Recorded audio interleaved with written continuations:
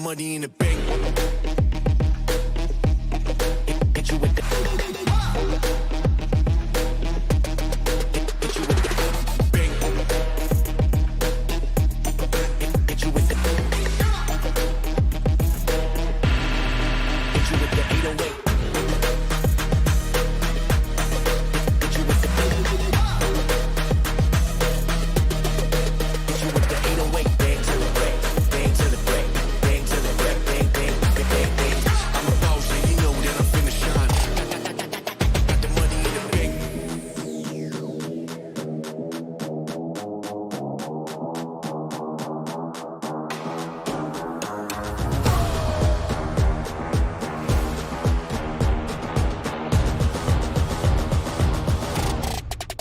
Got the money in the bank.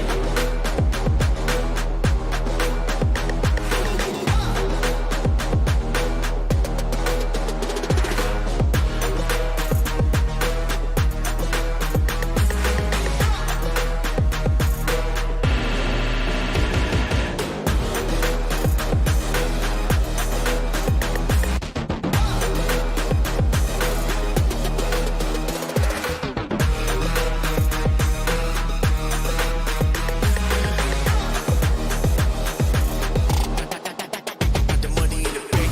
Bank, bank, bank, bank, bank, bank, bank, bank, bank, bank, bank. Got the money in the bank. Hit you with the 808. Hit you with the. Hit you with the bank. Hit you with the. Hit you with the 808. Hit you with the. Hit you with the 808. Bang to the break. Bang to the break. Bang to the break. Bang, bang, bang, bang, bang. I'm a boss, and you know that I'm finna shine. Got the money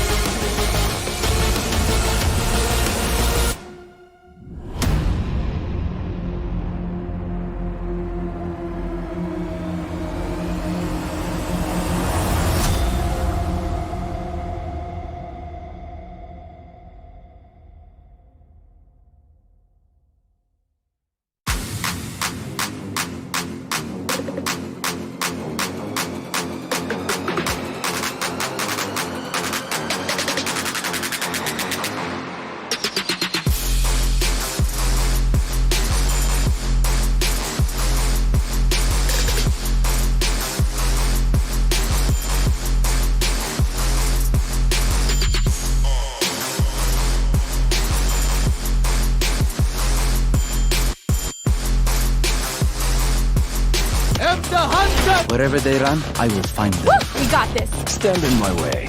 We good.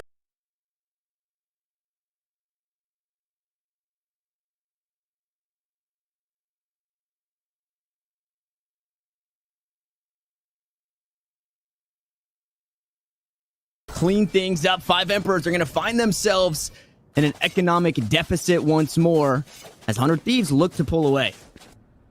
Well, it's the best start that 100 Thieves could have hoped for, and it's not all too unsurprising, excuse me, looking at this matchup again in the grand scheme of things. But just how that worked out for 100 Thieves is they made the most of kind of a crappy situation, losing a player immediately. They at least made it somewhat scary, you know, 5 Emperors. So at the end of the day, you can't be all too concerned. You're losing to the first strike champions, but obviously a chance to strike back. This is still very early days. Valorant, such a crazy game. You're up against a stand-in for the IGL. I mean, there's definitely some question marks here. 5 Emperors, though, as you mentioned, only do have those pistols to call their own. 100 Thieves, I think right now they're going to focus on trying to take all the ult orbs that they possibly can. I think Hiko actually just took one for his Hunter's Fury.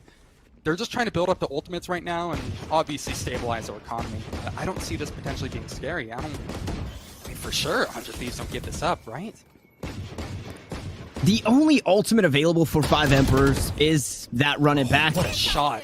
Sai unfortunately going to fall that one way, not really doing its job. Asuna now going on in, is able to find Dinks before he could get that ultimate off, and it's all red. It's all red across the board. 5 Emperors only down to their last member, and Sean going to try and do a bit of damage to the economy. He does just that, but with 26 health, the spike planted a 1v4 and just a stinger.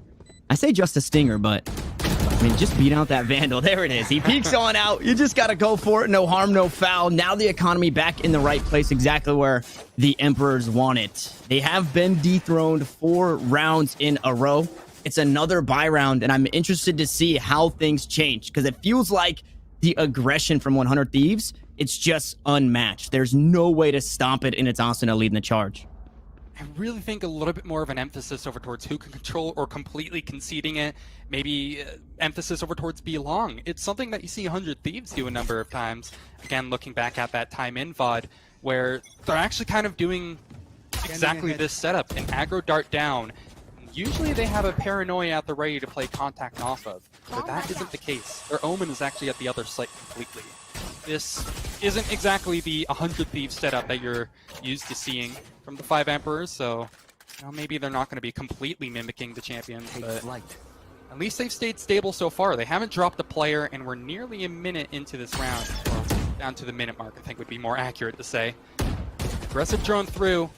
Doesn't find all too much amazing information, but it's more than enough for Asuna to try to begin his escapade to take over that B-bomb site. They just have him pegged here on this B site. Paint shells to force him out of position, then trying to spray him through the tube. Those smokes will delay things for a moment. And you love to see this from 100 Thieves. They're giving so much respect to this team. Although the 128th seeded team in this tournament, they're not trying or pushing their luck or trying their hand to do anything incredibly crazy. There's so much respect between both of these teams, and that's exactly why, because the kills will come through.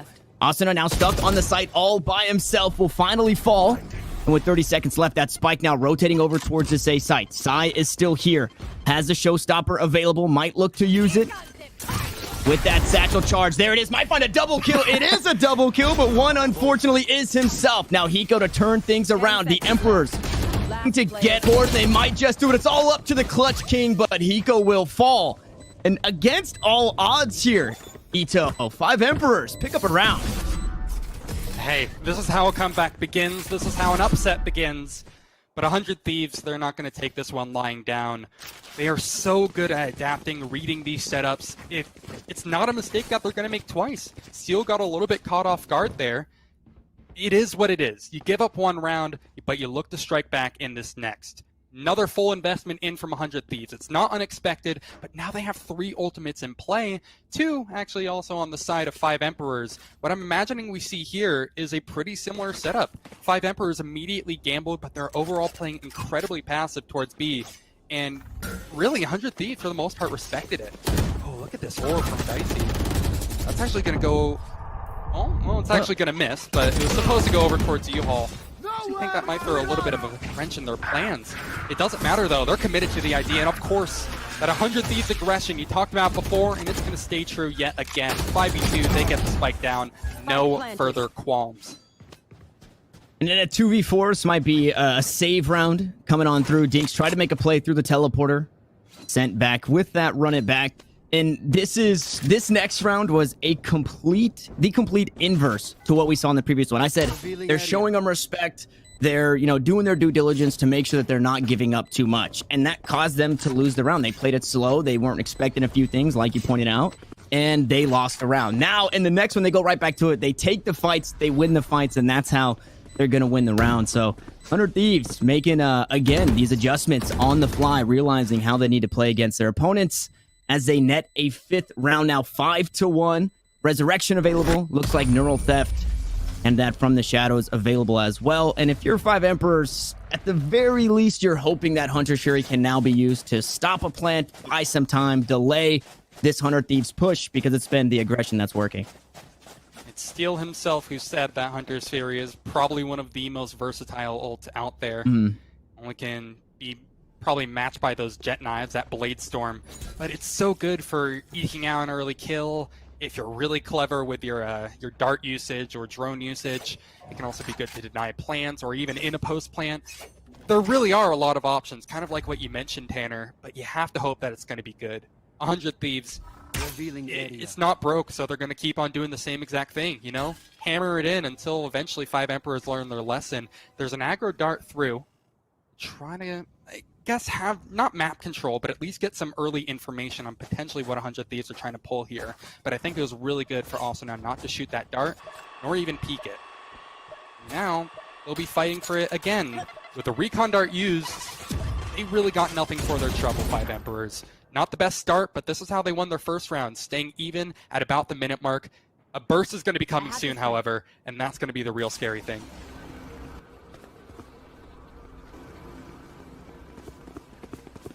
You go with the drone on a spot out anything here. They're not going to opt into that slow up. No, Sean going to stop that push. It was the Trojan horse up short, but Sean Peasy sits him down. Now the resurrection comes through, but still down a man is 100 Thieves. And you have to think 5 Emperors are feeling themselves as the 3K comes through, and Sai is there to back him up. No heals, no res, no sage as Dicey falls. And once more, it's all up to the clutch king, Hiko.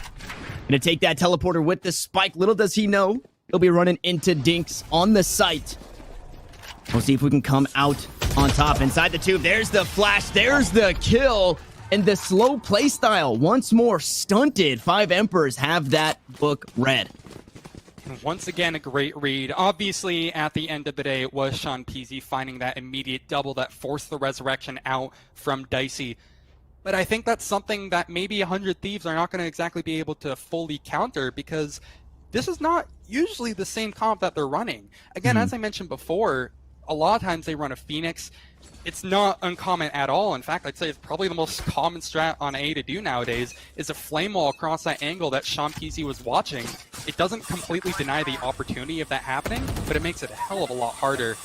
So 5 Emperors maybe gifted that opportunity in some ways. You try to stem the wound, and again, 100 Thieves are wonderful at doing it. Let's see if this round is going to be maybe their boon that they're chasing. Hunter's Fury used for 5 Emperors. Want to mention that as well. It got only a tag, nothing more. Especially considering that tag can be healed up. It's overall not a really good trade. This time a bit quicker on the push. One gets spotted out. Sean this time around, though, finds 2, but not going to find the kills. The information ultimate goes through that Neural Theft. Tags everybody out, and they're all on the opposite side of the map. Now 5 Emperors in a 4v5 with a From the Shadows available have to find their way back into this. Matsuna going to queue up the paint shells as soon as he hears. Nice little jump peek in the back of Halls. Inks holding it through the smoke. On the flank, nothing. Hopefully doesn't find nothing this time around. Been having an unfortunate game. There's the paint shells. Going to find some damage to the flash. Getting 0 value because they couldn't push off the back. But on the flank, nothing will go. That paranoia to stop everybody towards Garden from out of hookah. Another one. Silinx will finally silence him. And 100 Thieves pick up 2 more to follow. Dicey to find the last, and it was looking good for a moment with the stalwart defense and the post plant from 100 Thieves once more. It looks good for a moment, but nothing more. It was well played, patient by 5 Emperors, but at the end of the day, that discipline, and it's something you're going to hear me hammer in every single round almost at some points, but 100 Thieves have a great grasp on the fundamentals. They traded each other out perfectly, and were in almost unstoppable post-plant positions, where they were kind of accounting for the factor that, hey, maybe there is a flank, maybe our hookah does get taken down. They had a plan ready. And this is what 100 Thieves, I mean, this is what makes them one of the most winningest teams in North America, at least in the recent history of Valorant, that is. They're just so good at this sort of thing. Asuna, once again, has a showstopper up. This is probably going to be that double satchel play that I mentioned previously. I mean, he even needs to use it. This site seems free of charge. 5 Emperors find themselves with pistols once more, unfortunately. There's the call, though. They are going to look to make that play. Should they fire it over towards? Is going to find a double kill. Nabaki and Dinks, for some reason, peeking that one. Sean trying to sit nice and tight here. He's able to trade that kill out. Delay the plant for now with only a stinger. Asuna going to pick up a third. Maybe not necessary, but hey, at the end of the day, 100 Thieves, they explode onto the site quite literally, and they grab another round. It feels so bad at this point. The only 2 rounds that are picked up is when they find a way to scrape everybody off the list and leave it all up to Hiko in a 1v3. And look at that. Just both of them right on top of each other. Nowhere to go. And I think you just take your hands off your mouse and keyboard at that point. So frustrating, because I really like how 5 Emperors, obviously they don't hear me, but they have the same idea for what they should be focusing on. They had 3 players stacked out over towards B long. It's just, it was completely deserted. 100 Thieves said screw it to the idea of actually pushing towards there. And I mean, you saw the deadly results. 5 Emperors, again, when they've been given that space, given that respect, they have looked better. But at the end of the day, you have to remember this is a huge upset, and that must be very upsetting for Asuna, losing a crazy peak like that, as Sean Peasy seems to be standing out to me once more. Has that neural theft online? It's too early to pop it, I feel, but I'm wondering if he wants to try to maybe think about chasing down that body in the future, you know, get a good idea of where this setup is going to be from 100 Thieves. Because look, they're in a conga line formation, ready to push into B. Deploying drone. Hookah seeming to be the favorite here for the calls and for the plays. A couple going to push right in to that cyber cage. They do spot out the camera. Dark goes up on top as well. Not going to spot Sean out here. This could be another big angle. Not going to find that kill. Not going to find that one either. It's Nabaki from the back from downtown picking up 3 here. You give him a rifle, you give him an inch, and they'll surely take a mile. Now it's all up to Steel, who was on the lurk in a 1v5. Spike down on the side. 5 Emperors looking to bag another round here against the First Strike champions. Sida sits Steel down after he finds one. So a bit of damage to the economy, and I don't think 5 Emperors are in the best spot when it comes to that economy. But at the end of the day, you take what you can get, and it doesn't matter how you get there. It just matters that you got there. At the end, you know, it's the destination that matters the most here. It's not about the journey, despite what that poppy. Although they haven't extended for it yet. Maybe this is the big play by 5 Emperors? I don't know. At the moment, not too much to report, as once again, 100 Thieves showing a bit of discipline, showing a bit of respect, but once again grouping up outside of A, leaving nothing towards B. See Dicey with the lineup again. This one does land out over towards U-Haul. And yeah, this could be a bait play like you expected. Steel, though, not the first to the sight line. He is the first to find that kill. The Hunter Shuri that was just picked up. Not going to find too much, but the A site being held down by 5 Emperors for a moment longer. Nabaki on the rotate. Didn't get anything with the Hunter Shuri, but he's going to do it with his rifle. Now, Hiko, it's a bit more doable. It's his third 1v3 in this game alone. Now a 1v2. He's got the Shark Darts, can play off-site. Unfortunately, not very close to that Hunter Shuri. Can look to grab some info. One orb away, or 1 point. Anything could happen, Tanner.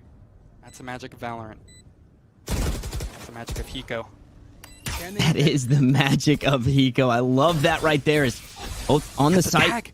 It spots out one, but it didn't spot out the second. He tries to swing wide. Unfortunately, there's just 2 of them there. Hiko will fall once more, and I mean, you can't be the warm-up king, or the clutch king, rather, all year round for the entirety of everything, every single tournament. You know, he's got to warm up to it. Now that he's been in a few clutch situations, he's going to be feeling good. Those are his clutch deathmatch that he just played. Next time we see it, I've got 100%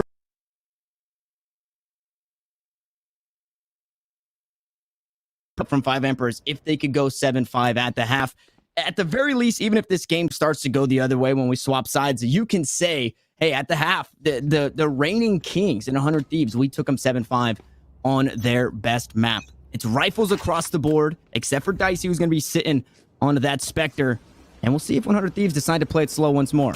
It's the final round of the half. I also want to mention to you, and there are 6 ultimates, sorry, 7 actually. They just picked up an ult orb, I believe, in play. You're going to see this get really messy and possibly a little hard to follow, and you're going to see the results almost instantly pay off. 100 Thieves, this is their bread and butter. They are so good at overwhelming, and Silence, he fits in perfectly. He's not even on the main roster, but my god, you would never be able to tell with how he's been doing, setting up amazing paranoias for his team. But speaking of blinding effects here, Dinks will try to toss his curveball out to maybe make something more happen with that run it back, but he doesn't find anything. Tanner still not done yet. Nabaki, now he's going to be in for a fight. Yeah, a whole lot more doable now in the 2v3. And now it's all up to the enemy Sova here to try and find the clutch as Hiko sits him down, maybe feeling a little salty after a couple of 1v3s. Either way, 100 Thieves, they go back to it. It feels, and this again, you know, I'm peanut brain play-by-play here, but it feels like 100 Thieves are so conflicted as to whether or not they want to play just the normal style, let's play it slow, let's play defaults, or let's just run and gun and get it done, because it feels they keep bouncing back and forth. But when they do run and gun, they do exactly that, get it done, as we see these kills come on through. Just clean across the board. You talked about Silence. That kill was so clean towards the back of the site. I also want to mention, you know, Hiko, he's a clutch king, but just to kind of replay something in the past, I have to say, 5 Emperors, you know, they are playing some of these situations really well. That 2v1 against Hiko, they had a really good idea of what to do. But now they're going to be attacking. It becomes infinitely more difficult, because this is where 100 Thieves really shined in some of the past matches that we've seen. Against Envy, I think they posted a 12-0 half and ended up 13-0ing in the later stages of that game. And, well, it looks like we're already trying to speed run this pistol round. It's 4-8. I can say very, very confidently that it's soon to be 4-9. They at least pick up that ultimate orb, the 2 remaining members of 5 Emps, but from there, what can you hope for? Maybe a nice lucky gunfight? Maybe a spike plant? Maybe something a little bit more. There's a fight and there's a spike plant. That's definitely those check marks picked, but only for so long. Now Asana's getting involved. It's done. You were talking about before how fast they move, how suffocating they are. That right there is the prime example. Asuna with 1 bullet left in the magazine gets close and personal on that spike plant, finds that headshot to close it out. And that right there is one of those moments that just feels bad, right? How close are you to getting that spike down? How close are you to getting some extra credits for your team? Quite possibly opting into a force here in this one. Now, it does still feel like they're headed that way, but those extra credits definitely would have helped. And 5 Emperors, they got to get it done right here. It's looking like double digits for 100 Thieves, and it's a B hit. Some utility going to be used in this one. Dicey able to slow things down. Nice paint shells to clear him out for just a moment. You see the trap wire that should be stopping everybody coming from Hookah, and the smoke, the slow, all the utility, the wall inside Hookah, it's completely stunted this push here. It looked quick until it wasn't. Hit that spike too. Close to maybe inching up over towards A main. I'm sure nothing is going to wait for contact, but at what point does this become entirely telegraphed? This is the perfect setup for a TP play. I mean, you notice how the Raze and Sova are basically knocking on the door of it, saying, hey, let us in. They're just going to try to sell this fake as best they can, but this burst has to be amazing from 5 Emperors, considering the artillery that they have in their hands. It actually matches up relatively well. They forced up something we mentioned before, Tanner. Oh, that voice crack. That was really something.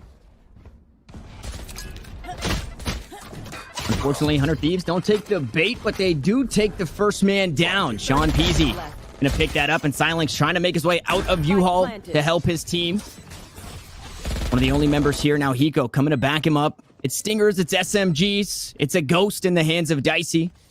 100 Thieves to try and get this. Now they're down 2 members. This 4 starting to pay off, but Dicey, one still far from the res, has the heal available and a second kill to his name. The Battle Sage living up title. As the heal goes through, the shots come down, and the Stinger has to reload. Dicey for 3 with the Ghost. Sean still alive, so you have to be wary. It's 2 HP on Nabaki. It's a 3K for Sean. Can he make it another? He just has to buy time. Hiko needs to clutch up. He grabs the kill, but he should not have time. He's going to try and walk away with the best that he can in that Spectre. And the Ghost, I think they're at the end, but 5 Hemps. Hey, everybody died, but you still got the round win. It doesn't matter how bloody it is, as long as you get that number there at the top. 5 Emperors, that force finally pays off. I mean, considering the monolith that you're up against, if you would, it can be so scary to justify, you know, not just respecting it, going for a pistol save, and then buying up 3rd round. No, they said, hey, Stingers will do the trick. Sean Peasy finding that opening kill on the Sentinel, mind you, was almost round-changing. I mean, it was a little bit more round-changing, this 3K that Dicey got. As I mentioned, it's really bloody, but 5 Emperors, now they're in a really bad spot economically, and 100 Thieves, I mean, they can still probably have a pretty nice artillery coming towards them very soon. You can see, there it is, the Vandal coming into play, gets 1 kill, but somehow, a long-range Stinger actually does the trick to trade him out. Numbers actually in favor of 5 Emperors, now down to 4 Emperors. I do not understand the Stinger. That is a gun I will just never understand. The Frenzy kind of in the same boat. Unfortunately, didn't work out like the Stinger did for Asuna, but man, that gun is, yeah, it is something else, and it just finds a way to get it done here. Yeah, now Steel on the flank has that sight line. Should they look to push on up? He needs to remain patient. No, he fires out the first shot and killed no matter. 5 Emperors might be able to string a couple in a row here. As you said, down to 4 Emperors. There's 100 Thieves down to 2 Thieves left. Trying to steal this round away with what battered economy they had. And it's all up to Hiko. I said it, and maybe I spoke too soon. Maybe I cast or curse him or jinxed him. But he's due for a clutch in one of these rounds. Low HP working against the clock as he pushes up towards heaven. Should be spotted out momentarily. He's going to pick up one. There's the first to come down. First kill. As he's got some utility, he's going to spot the head of nothing. And unfortunately, Kant with his bow in his hands and his pants at his ankles. 5 Emperors grab another round. Still trailing 3. It's nice to string a couple together. And it was kind of a weird buy from 100 Thieves at the same time, because look at what's on the menu for them this time around. Well, and you had at least a little bit of a glimpse at it. God, let's just look at this whiff one more time, though. That was very unfortunate. Happens to the best of us. But anyway, to get back to brass tacks here, they don't really have much to offer. They have pistols in their hand once more, and we saw how it's kind of worked out for them so far. Another Stinger in play, and Dicey, mind you, he has absolutely nothing invested. I think we're going to be seeing an operator very soon.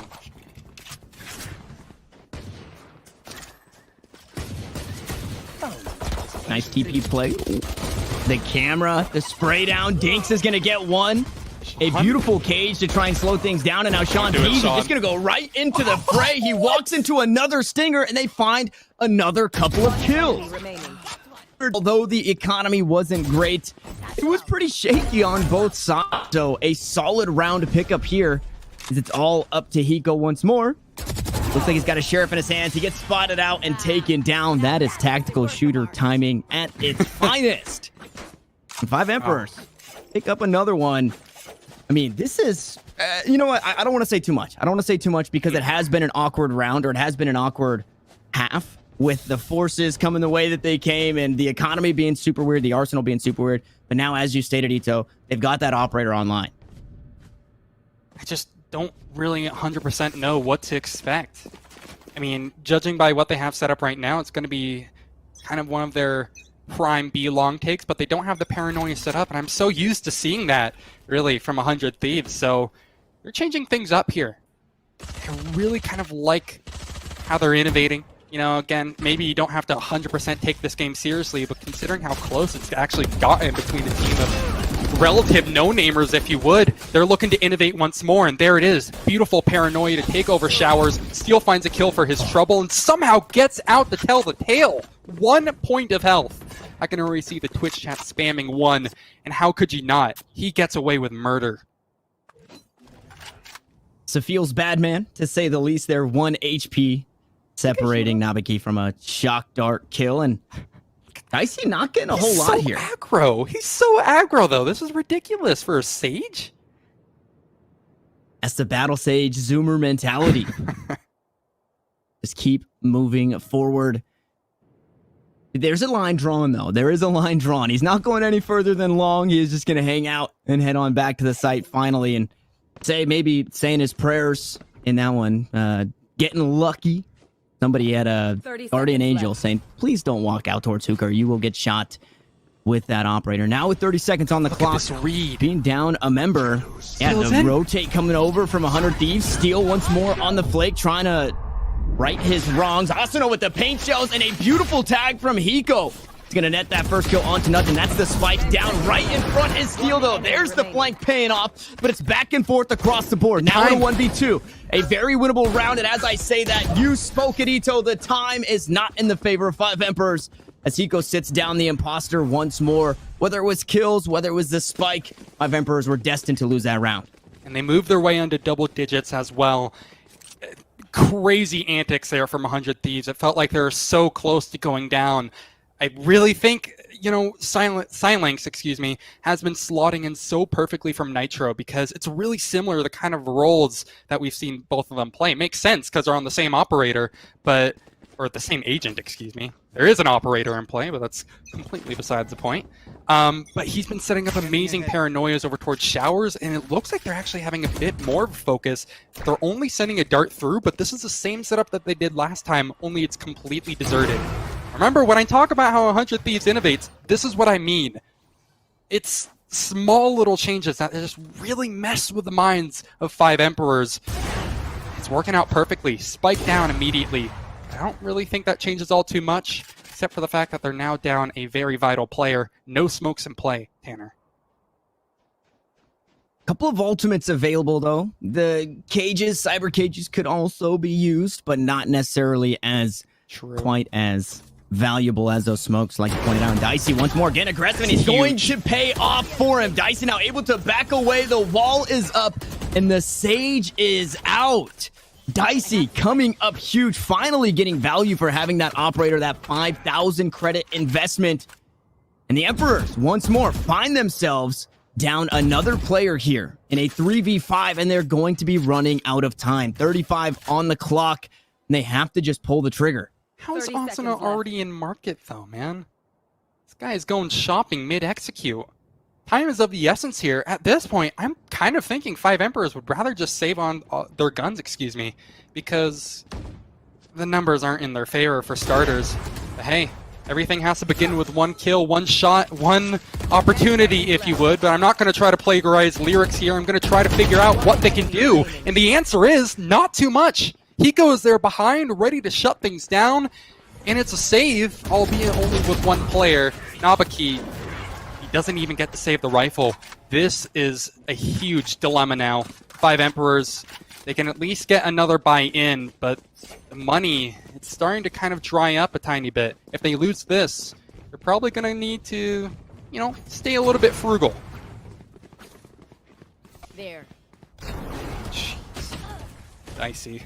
What a perfect kill, too. One thing I want to mention real quick before I bring it back over to you, Tanner, is that is a crash course on how to isolate your angles. I know it's a small thing, but, you know, there's 2 players watching that same angle, and yet he only found the one and managed to, again, get out and live to tell the tale.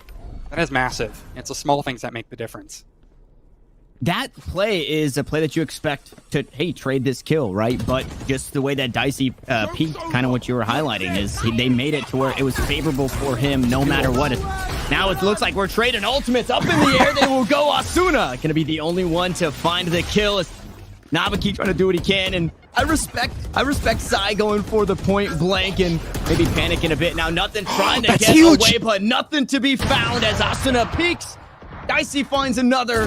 That's down to the last man here. Nabaki will fall. Hiko to clean it up, and match point for 100 Thieves. Match point. I said before that that was a heartbreaker, or at least had the idea that it was a heartbreaker, but this one is truly crushing. Tanner, they had 5 ultimates at the beginning of that last round, and now they only have the Neural Theft. They used 4 ultimates, and what did they get for it? 1 kill? Maybe 2? It's not a really good trade if you ask me. I cannot believe just the amount of unfortunate things that 5 Emperors, excuse me, kind of had to undergo in that round, but it's beautifully played by 100 Thieves. You can't argue against it. They're up to 12 rounds and are looking to take map number 1 in a not too unsurprising result, but just in the fashion that some of these rounds are being lost by 5 Emperors surely has to sting a tiny bit if you're a fan of some of these players on the roster. 2 ultimates, including a resurrection on 100 Thieves. But the forecast seems awfully gloomy for 5 Emperors as they have had to buy up everything they can, including a Bulldog, which actually does prove to be relatively lethal. Yeah, nice purchase there. That Bulldog taking down the operator. Dicey completely caught off guard, maybe not expecting somebody to be in that corner. Now 100 Thieves find themselves. It's been quite some time since they've been on the back foot. And a player down as Hiko queuing up the lineup here for that recon bolt. He's going to opt out of that decision. No, he is going to go for it here, and we'll see how much information he can get as 5 Emperors look to storm the site. All 5 standing strong. From the back of side, Hiko just trying to spray through the smoke. Needs to be careful. That spike now planted. 100 Thieves working against the clock, and Steel evens the odds. A beautiful shot to come on through. Nabaki is able to trade it back. A nice headshot there will pop the Grape of Steel. Now Hiko pushing up the post plant in 4 different areas. The kills being traded back and forth. 100 Thieves looking to close it out, but they're all down to Asuna, and it's 5 Emperors to find another.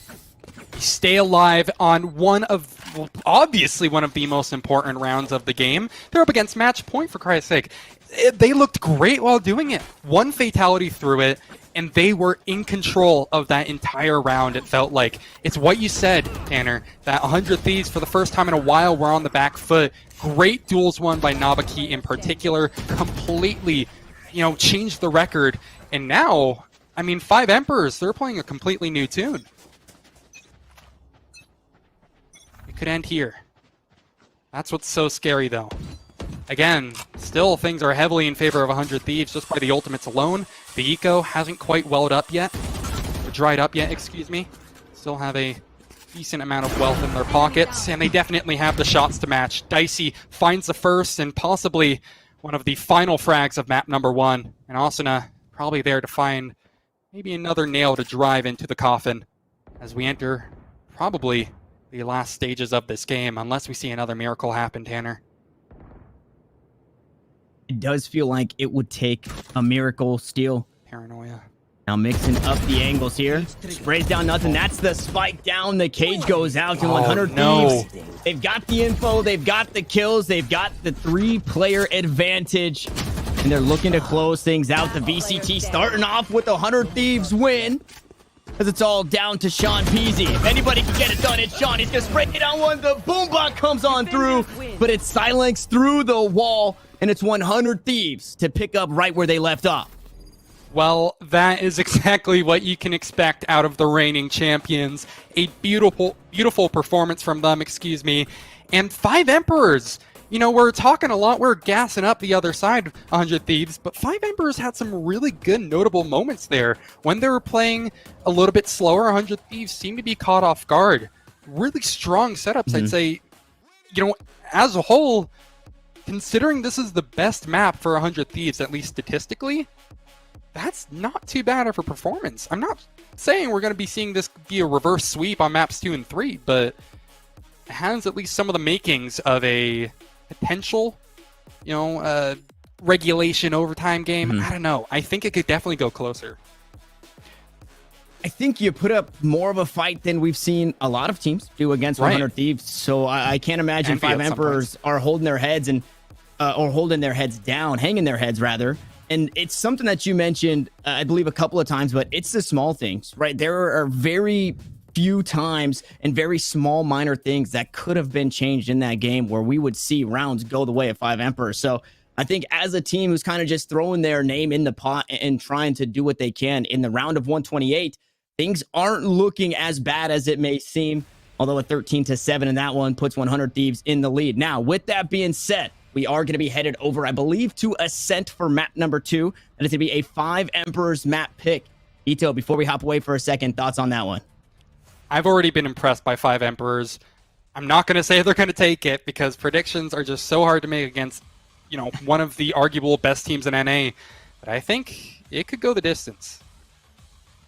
I agree. It could go the distance. Ascent, a very popular map across the board from all of these teams, but we do have to hop away. Guys, when we come back, the VCT will resume in map number 2 here in the round of 128 between 100 Thieves and 5 Emperors. What sound experience would you like today? I'll have the fantasy pack. Good choice. And could you make it a Cloud 2 wireless? On his way, sir.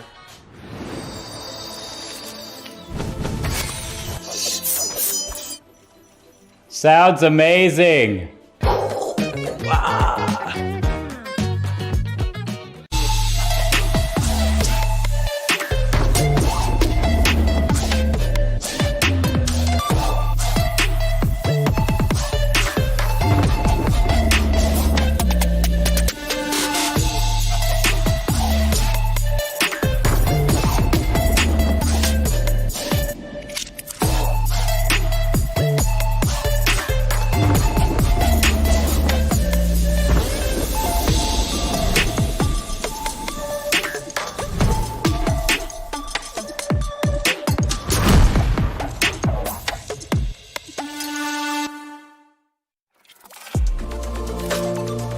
I feel like I need to defend my scene's honor here, because this is just turning into a bit of a dogpile. Like in groups always look. I'm cutting you off here. I'm cutting you off. Cutting you off. He said G2's winning it. He said G2's winning it. We need to wait till the next EU tournament, which could be in about 10 years now. Take it with like a grain of salt. No, but that's that no being fun. said, Take it super literally. Spike defused.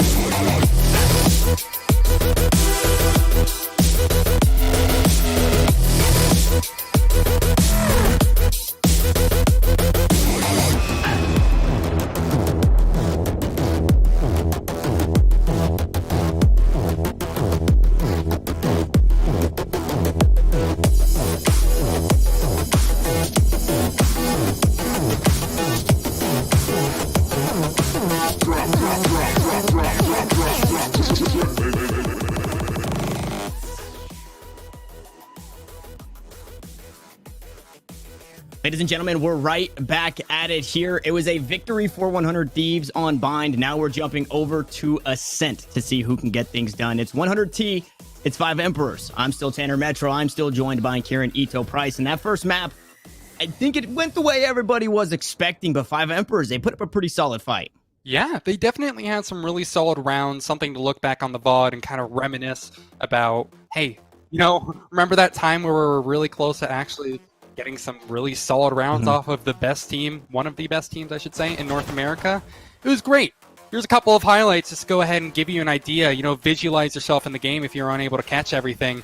And, you know, 100 Thieves, obviously they're going to be the favorites in this situation, but there is a lot of positives to take away. And now you're heading into your map pick, Ascent, which, I'll be honest, statistically is still really good for 100 Thieves, but maybe we can see something a little bit more promising, Tanner.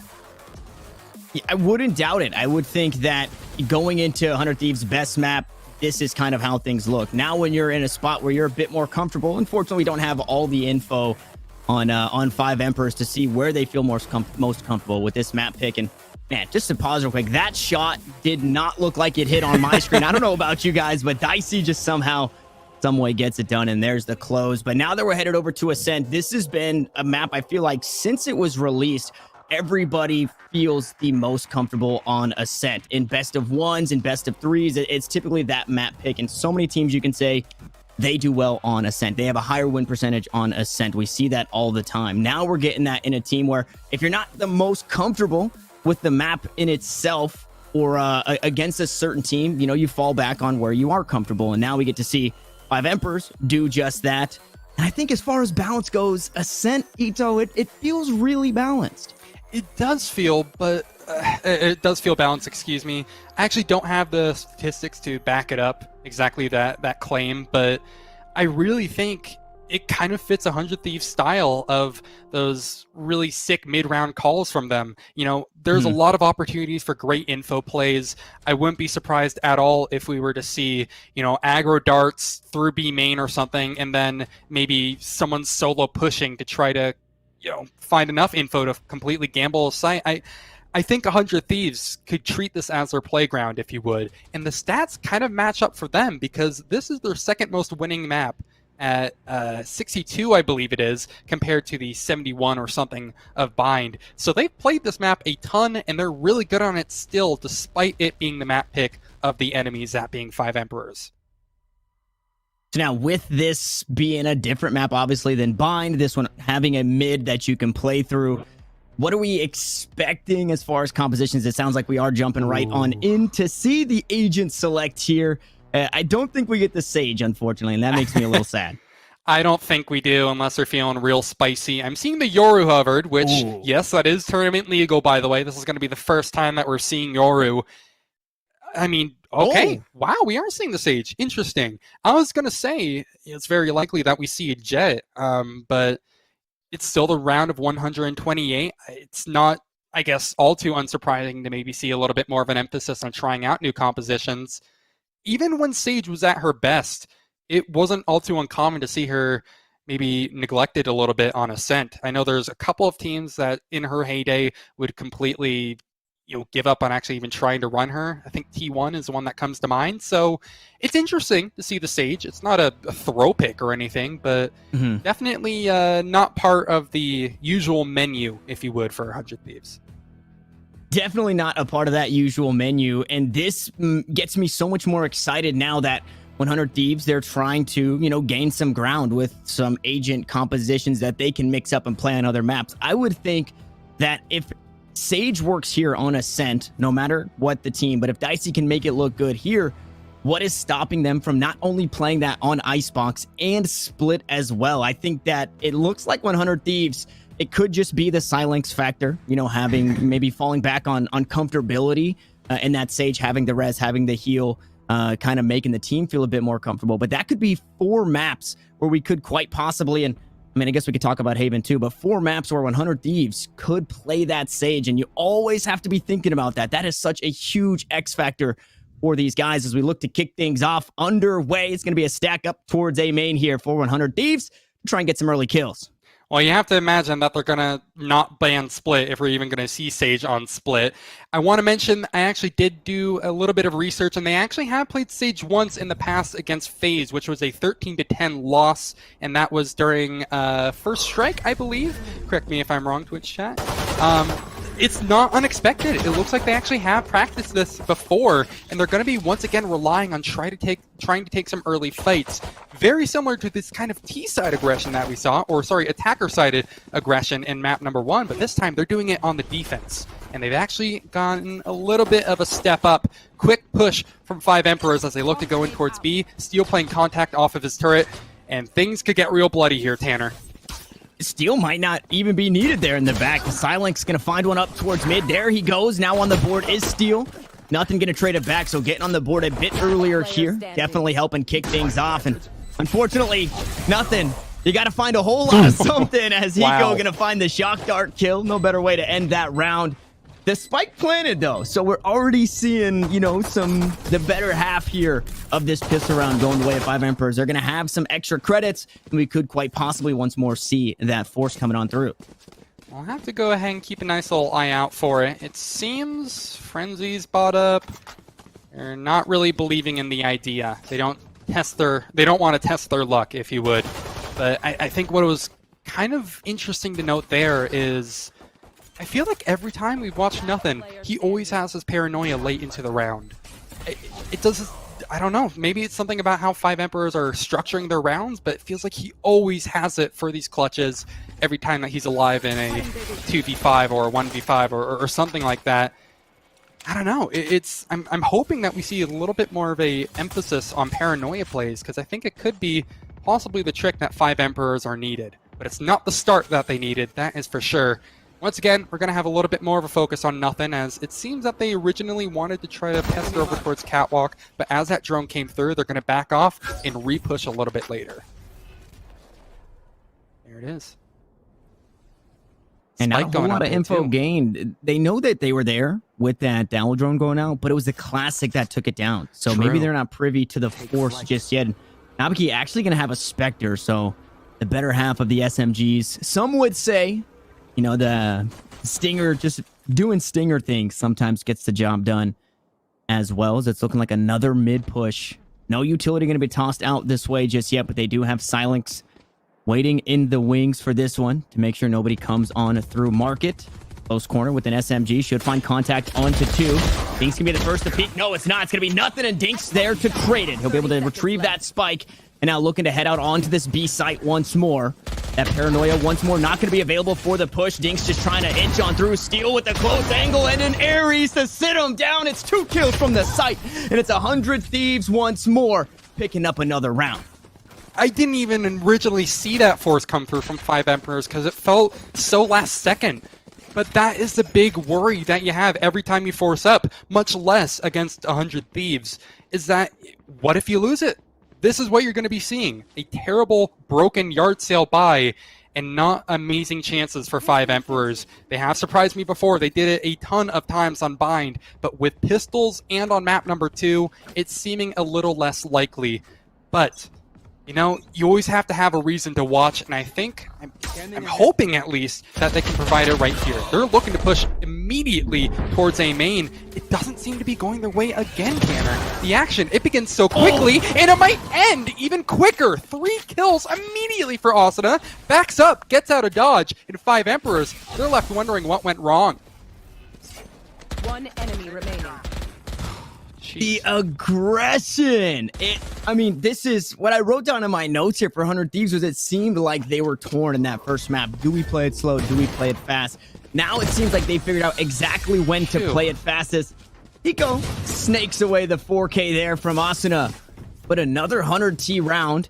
And I'm interested to see the economy. Okay, it is going to be full buys across the board. Full armor for this attacking squad as well. And 5 Emperors, they got to try and do something here. You saw for a moment an operator flexed into the hands of Dicey. I don't know if he is going to opt into that one, like you said, Ito. It is looking to be just another bonus round. You hang on to what you have because, hey, why not? It's been working. Right here. This is going to be incredibly important for 5 Emperors, however. This is going to be their best chance to get, not a freebie round, but a round on the board when it's a mostly an Eco, that is. Hiko has bought up a Vandal, so he does have some pretty heavy hitting weaponry. But for the most part, 100 Thieves, they're not really going to be evenly matched up against the Emperors. So maybe it's time for them to assert their reign and maybe get an early round on the board. Keep this as competitive as you can during the early stages of Ascent, or else you might get single eliminated. Speaking of eliminations, that was awfully close now, unfortunately. Sean Peasy gonna have no way to try and take that fight once more as that Sage Wall gonna go up. It does get shot down, and he's still hanging out here on the lurk. It looks like the hit, not necessarily going towards A, but 5 Emperors' due diligence to try and bait out some utility, try and bait out some rotations as they look once more to push up towards mid. They should be answered by Hiko. Gonna be holding it down. Market door closed as well, and Hiko actually with the jump peek there is able to spot one, try and tag him through the wall. Does get a bit of damage. Once more, it's on to nothing. Who has that spike in his hands now with 30 seconds. 5 Emperors, they like to dance with the clock here, and they're running out of time. They just have to Trojan horse on out, and it's not going their way. It's all Hiko. It's all 100 Thieves, and it's another rifle round to fall by the wayside. Oh, that's just a rough one from 5 Emperors. That door, I mean, surprisingly, that felt like the 6th member for 100 Thieves at some points. That paranoia that went through from nothing, it was used just to mainly get market control, but I think it also would have blinded if anyone was playing close outside of it, which isn't too uncommon to see on rounds like the one that 100 Thieves had put together, which was, for the most part, stingers. But that was a great read by 100 Thieves, because one thing that I want to point out that happened is that when we were watching Nabuki's POV, you saw Dart go out onto A. It's a very standard dart that you use on most executes, but 100T did not rotate. They were so disciplined because they knew it was either potentially fake or, I mean, they could handle it just with those 2 players that they had at site. It's the discipline that's making the difference, at least so far, for 100 Thieves. 5 Emperors look to conga line up towards Catwalk and maybe overwhelm Silence. And it's the discipline for me. Zito at Silence gonna remain disciplined here. Now pushing through the smoke. Has another one to worry about. It's able to take down the blades, but it's gonna be traded back almost immediately. Hiko. Huge. With that Hunter's Fury, the spike goes down, planted in an awkward spot, the backside of the generator. The Emperors now only on 2 members. That recon bolt goes down. Nabuki just gonna do everything he can to try and delay the defuse, but Steel sticks it. 100 Thieves win it. The 5 Emperors got to go right back to the drawing board as Sean Peasy was trying to inch out anything he could on the end. They do damage the economy by 1, and Dicey is still sitting on that barrier orb for a score in that kills section. So there's small victories for 5 Emperors, but unfortunately being down 5 rounds is not where you want to be. Not at all, but at least there is a light at the end of this tunnel. It's another buy up here. But, I mean, that light could be easily dimmed when you notice that Dicey has also brought in that operator to play with. Again, hopefully find that first kill. Once again, 5 Emperors want to full send it towards A. This time it's even more one-dimensional than that last round we saw. They're not keeping anyone over towards Catwalk for potentially a late pick or, you know, just some sort of semblance of map control. They want to full send it directly through A main. Incredible risk that they're making here, but potentially a really nice payoff. They need to find this opening kill, though, or if nothing else, at least trade each other out. The execute probably will begin on the mark of the start or the smoke going through. So pay attention to that, because 100 Thieves sure as hell have. They're bringing another player over, and another one's on its way. Here comes a push right on in. 5 Emperors, they're already in on the site so aggressively. Dinks lives up to his name, finds a couple of kills, or a couple of headshots as Steel finds a couple. Now going to be traded back in Nabiki off the site, looking for the Hunter's Fury. Unfortunately, only finds a bit of damage. Now, for 5 Emperors, this is arguably one of the most precarious places to be. Down not only a player, but that spike is sitting nice and proper on this A site. Both Owl drones traded out there, and 2 members hanging out. One gonna be tagged. You already know he's there, so it's not the end of the world to give that information up. But do they know that the Jet is hanging out over towards Wine? Dinks got into the site and out of this site. Nice and easy like now. Dicey in a bad spot, though. Hiko from downtown finds a kill onto Dinks, the man I was once praising. And Hiko finds another. So Dicey drops the operator. Hiko will pick it up, and I don't know if he still remains killless. He does, but that's okay because 5 Emperors still remain winless. Well, you know, it's all about the impact that you provide, and I think, you know, there's even that one voice line, that cheesy voice line that you hear every time that you seemingly have a bad day in Valorant, where it doesn't matter if you're having a bad day, you can still contribute to help your team win, or something of the sort. I'm not the voice actor here. I mean, it reigns true there. 4 assists already. He's been providing some great slow orbs, and obviously the heal is nothing short of notable. And finally, he gets a kill. It takes a little while, but he finally comes online. And everybody else, especially on the 5 Emperors side, seem to be going offline. You have yet to pick up a win, and I don't think this is the round that it's going to happen. They have gotten that trade frag, Tanner, and that is huge, but they haven't been able to come out on top of almost any situation. And it's just so rough. I'm not trying to downplay them. I'm just saying this is not a winning recipe on paper. I mean, you're spitting facts there. 6 rounds to 0. I don't think you can argue that. Still going to peek on out, playing the wonky corners the entire game. Steel and hanging out just where you will not expect him. Now Dicey looking for another one. That shot going to go wide left once more. And he is going to back away. Not opting in, giving up a kill against the operator. Nope, he's going to go right back to it. There's no wall boost. That one going to miss to the right. The next one surely will be right down the middle. Unless Hiko takes this one away. Good it's a 2v4. A winnable round if they can pick up a couple of kills here. But Dicey finally tracks down his prey. Will finally take him down and finds another through the box. Pops the grape of Dinks. It's a 3K in this round. It's a 7th round win by 100 Thieves, and 5 Emperors on their map pick Eco are looking really dicey here. I don't know my name was Eco. Come on, man. But, I mean, it's not quite an Eco. If you want to go ahead and, you know, maybe be realistic with the economy here. 5 Emperors, I mean, they have plenty going their way when it comes to rifles. Not so much kills, but they have some decent ultimates. Right off the bat, I mean, I have to mention that they have the lockdown in play. So standard that you see a lockdown execute, and I think it's going to be their best bet to maybe pick up a first here. But it's not the initial take that's worrying for 5 Emperors. It's what comes after. And 100 Thieves are lethal in those scenarios, if they can even make it the late round. Asuna doesn't seem to be sticking with the trend as he's gone down first. And this is a notable time. The first time in, I think, this entire game where 100 Thieves have been on the back foot by a decent margin. To even things up, though, of course, it's going to be Silenx. I don't even know why I was worried. Right back into form will be 100 Thieves as they take that man lead back. And now 5 Emperors, I mean, they have to burst out onto the A site, expectedly. But I'm saying they can take the site. It's what comes after, Tanner, that's so scary. And Dinks doing such a good job to kick the round off in favor of 5 Emperors. And Silenx just fitting so well into this roster for 100 Thieves right now, like a glove. Making sure that 5 Emperors aren't running away with too much. Down a member as that recon dart goes through. Not going to find that info on Dicey. Dinks holding this angle operator. The rifle. It is going to be traded back, though. Silenx once more. The trade kill comes through, and it's all down to 1. It's all down to Nabiki in the 1v1 against Hiko, who Sova can be clutch. It's a shock dart. It's 46. Make it 31 HP. Now, The time, Hiko's just got to send it. No, he doesn't, because he just goes clutch. Finally, Hiko gets on the clutch board, and 5 Emperors still sit on that goose egg. Beautiful darts, overwhelming presence from them. You've heard of average Jonas, but right now Hiko's looking like above average Jonas with those darts.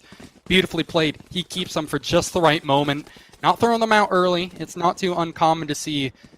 You know, I think it's Profi in particular who tosses his shock darts out sometimes immediately at the beginning over towards B main if he hears anything. But no, the discipline. Again, it's paying off so well for 100 Thieves, reflected in their scoreline, but also really reflecting kind of, well, in the ears, in the eyes of 5 Emperors as they got it really close there. Let's be honest here. They did get a nice amount of trades. They got that spike planted. But, I mean, they struggle in the 1v1, the 2v1. It's just so hard to, I mean, really get past that hump. I know we're on Wednesday right now, but still, the hump remains.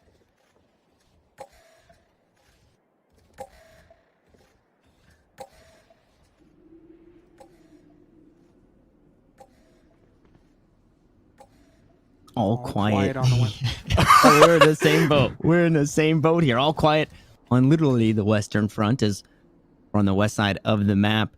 And I love just the ambient sounds of this map as well. You hear that wind blowing as Steel boosting right up behind the turret. Could be a scary spot to be, but can also find possibly a couple of kills. Is not actually even going to get blinded. Takes it down, plays off contact, and is able to find one. Nabiki trades it back. Back and forth they go. Red and blue are going to go. Enemy remaining. As Silenx makes me eat my words there. Picking up 2 to keep things uneven. No paranoia in his hands as nothing to the last remaining in a 1v3. He needs to try and get that spike planted. He's going to pick up a kill onto the counterpart, but Dicey sits him down, and that was quiet. It was, I think, expected to be a play towards A as we saw Hunter T kind of hover that way for a bit. Dicey was headed over towards mid, and Steel was holding it down with his turret there. And that's one of those rounds. That one, if you blinked, you missed it. I don't know if that Lear was actually even going to blind. I want to say it was blocked kind of by the turret. Like, the line of sight might have broken it. I'd have to look at that replay over and over again to really dissect it. But, yeah, it definitely didn't seem to work to its intended effect. 100 Thieves, absolutely on mark right now. Have yet to drop a single round. And I don't think this is the one where it happens too.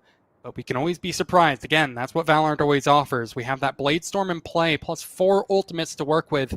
5 Emperors, they have some tools. Now they actually need to make a project out of it. Doesn't seem to be off to the greatest start. Champisi goes down, so no longer are they going to have that turret, swarm grenades, and play anything of the sort, but they still have those ultimates that I mentioned, Tanner. And that's probably what matters most. We're about to find out how much they matter here. Paranoia was used. Silence through the smokes. He's going to find nothing. Alir comes through. Dink's not going to be able to find too much there. Asuna and aggressive over towards Heaven. The blades come through. Dicey's able to trade one back, but it's not on that jet. Still having the blades available. Shots through the wall. The door still up and the spike in hand. They need to get it down. It's all up to Sai here. Stinger, Reyna, Hiko. Couple of things there to close out the round. It's 10 rounds to 0. And let's be honest, Ito. 100 Thieves, they're pretty familiar. Oh, I would say they are pretty familiar. I'm just going to stick with it. And, 13-0s. Being on the better half of them, that is. Well, I mean, I'm sure that they're a little bit envious, if you would. But really, they haven't been able to get anything here. They're jealous at just the amount of rounds that 100T have been able to amass. The rich get richer, man. I mean, already they're up to almost 5 ultimates. 100 Thieves haven't had to use anything. No stranger to 13 zeros, but after how promising map number 1 seemed for 5 Emperors, you can't help but feel it's a little bit, depressing. Kind of seeing the underdogs fall a little bit. Comebacks are always possible. Again, I don't want to make you not believe, but it's becoming increasingly more difficult to think of ways back into this game. At least 5 Emperors only used 1 ultimate, that being the Blade Storm for that last round, but again, I can't help but look at them because I think it's going to decide so much. Rotates, by the way. I want to mention, they seem to be hovering around A. Something that you mentioned previously. They lead Dicey over towards B main. once again finds Sean Peasy. I'm getting a little bit of deja vu right now. It's the same approach once again from 5 Emperors. That same kill over in B main, Sean Peasy just continuing to try and challenge that, and it just has not gone their way. And sometimes you can just chalk it up to things aren't going our ways. He's going a bit of trouble, had his knife out, hopping around. 30 seconds Able to left. toss out that recon bolt and spots two. He is going to opt Shoot it? into just heading over towards that B site, but the spike now rotating back towards mid, and it might just be caught up here as that Lear comes through. Nanoswarm going to stop the push momentarily. Paranoia on top of it all, and a smoke goes down.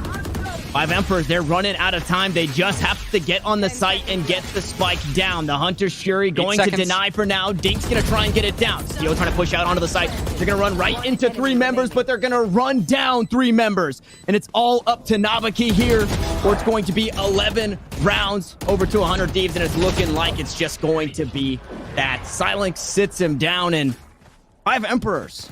The only thing I've got written in my notes right now about this team is clock with a question mark. They like to flirt with the idea of running out of time. We've seen it over and over. It's such a scary place to be. And then when you do that to yourself, you're forced into situations like that where you just have to hold W key just to try and get that spike down so you don't lose the round. It's the T1 effect, man. I know they're flirting with the idea of running down the clock, but they've had so many bad dates at this point where I think they just need to completely change the pace. Really. I mean, this is 100 Thieves at their best. Their defensive calls are great, and they don't even have to completely break the playbook. They don't even have to have any crazy hard reads or setups, anything of the sort. Again, I want to mention that this is the map pick of 5 Emperors, but you would never be able to tell considering how this is going so far. And this is the change of pace that I was hoping to see, Tanner. Right away, 5 Emperors look to push in. Sean Peasy finds his 2nd kill of the game, and what a well-timed one at that. He gets that door closed, probably gets that spike down too, and we enter a very uncomfortable post-plan.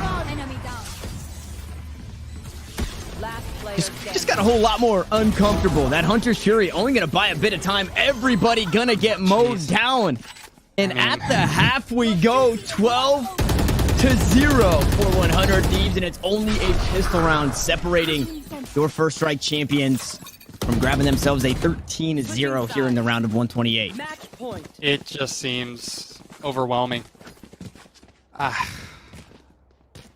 mean, they're the favorites, but this doesn't feel like the same 5 Emperors that we saw previously. They're not winning some of their individual duels in the same way that they did previously. Map number 1 kind of feels like a pipe dream at this point, considering how map number 2 is going. This is not unexpected, mind you, but it definitely is a little bit of a heartbreak, considering how this one originally looked for 5 Emperors. And that's really the only big thing that I can kind of chalk up here. It's 12-0 at the half, excuse me, and only 1 away. 100 Thieves have a pretty solid setup to start with here. They're just gonna rush A or rush B, excuse me. No, stop. I guess that's as solid as a setup as you can get. 5 Emperors, now's their chance to stem the wound a tiny bit. It definitely could hurt to take away that 13-0 as another shock dart kill coming on through. Nabaki finds 3 with the ghost silencing 100 Thieves. Now Hiko trying to find the clutch. Paranoia is out, and he's able to find that kill onto nothing. He has the spike in his hands and a whole lot of time on the clock. He's good for 1 clutch.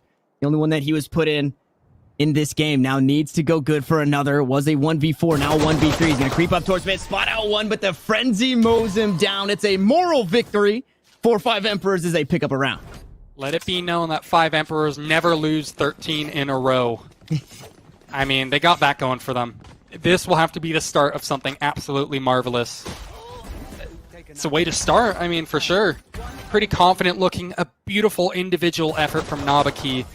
Those aren't shots that you can always rely on happening, but you can definitely rely on even 2 of those kills probably going the way of the defenders. That was a great round from him, again, individually, but we need to see a little bit more. Obviously, 100 Thieves being up such a massive margin are going to be forcing up into the second, and they have a relatively decent track record regarding force ups. So let's just go ahead and use our imagination. What can 5 Emperors do here?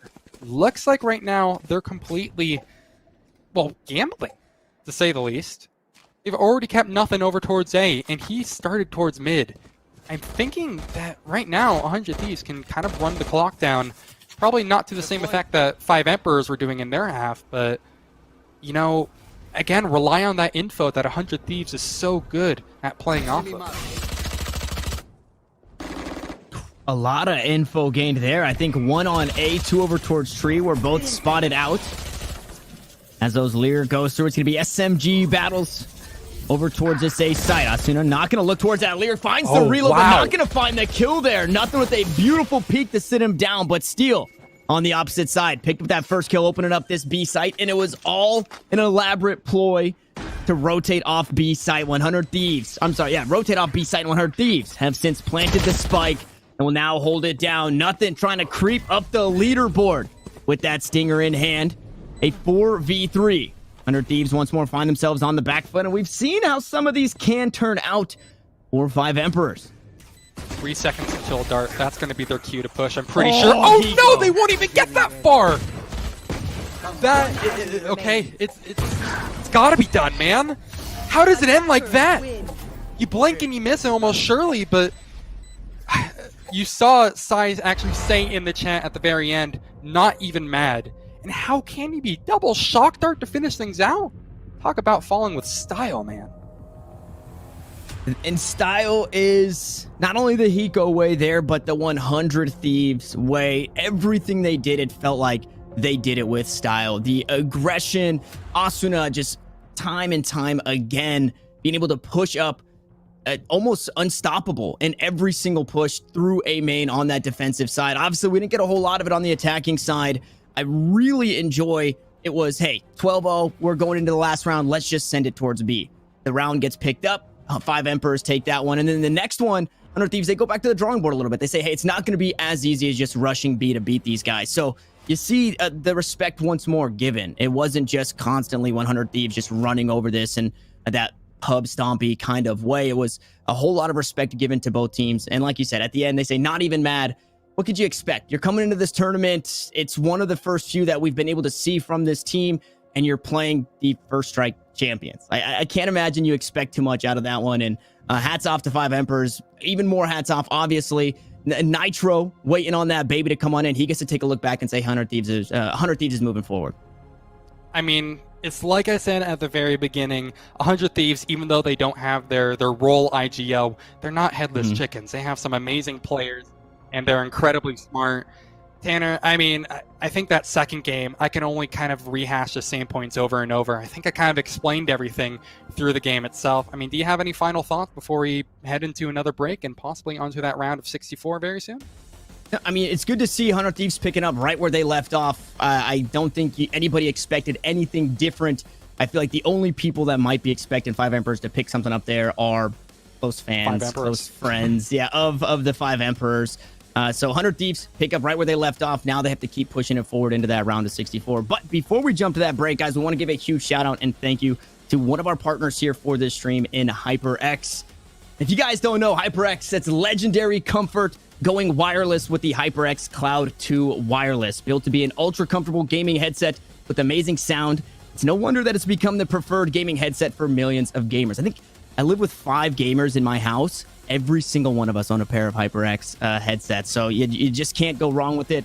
And again, it is legendary comfort all the way on through HyperX. Make sure you guys are checking that out when you get a chance. But as Ito said, we do have to jump away to a break. Now, we do have that round of 64 coming on up next. There are a handful of streams across the board, and I'm not too sure where we're headed, but when we come back, obviously, if you're not seeing your favorite team cast it here, you can find it elsewhere. Guys, thank you for tuning on in, and we'll catch you guys here in just a moment for the round of 64.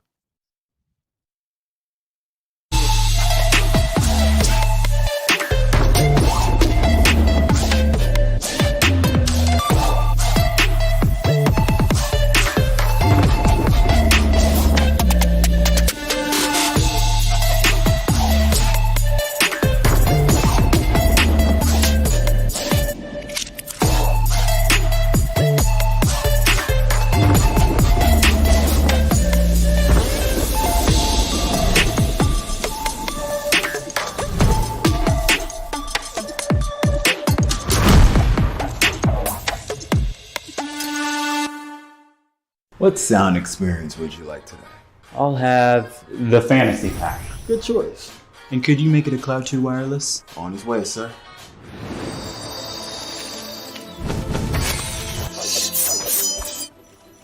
Sounds amazing.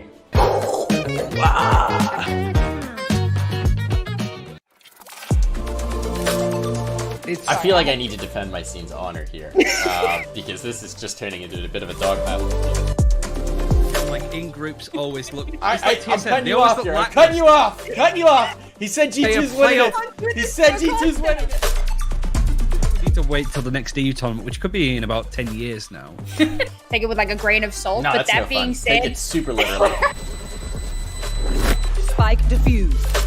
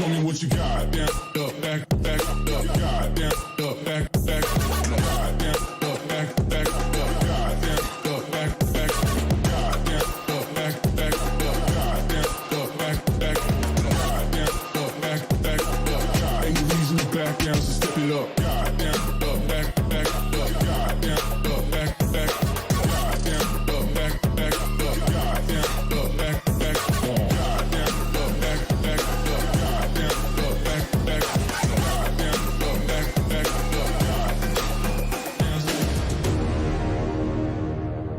back,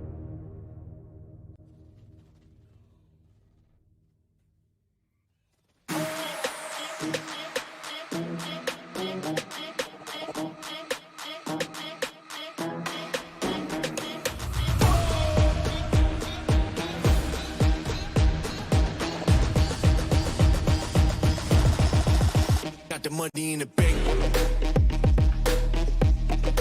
Hit you with the. Hit you with the bank.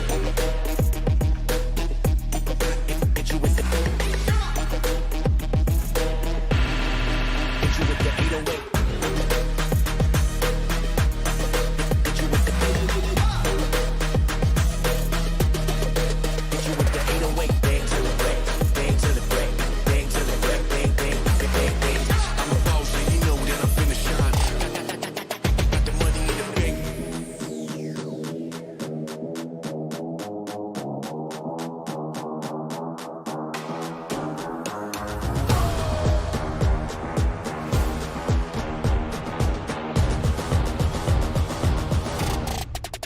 Got the money in the bank. And we are back, ladies and gentlemen, for the Valorant Champions Tour. This is the first of the open qualifiers here in Challengers. My name's still Tanner Metro, joined by Ito himself, and we just came off a pretty devastating loss in 100 Thieves taking down 5 Emperors. It was to be expected. It was a pretty brutal one, but at the end of the day, everybody was still high in spirits.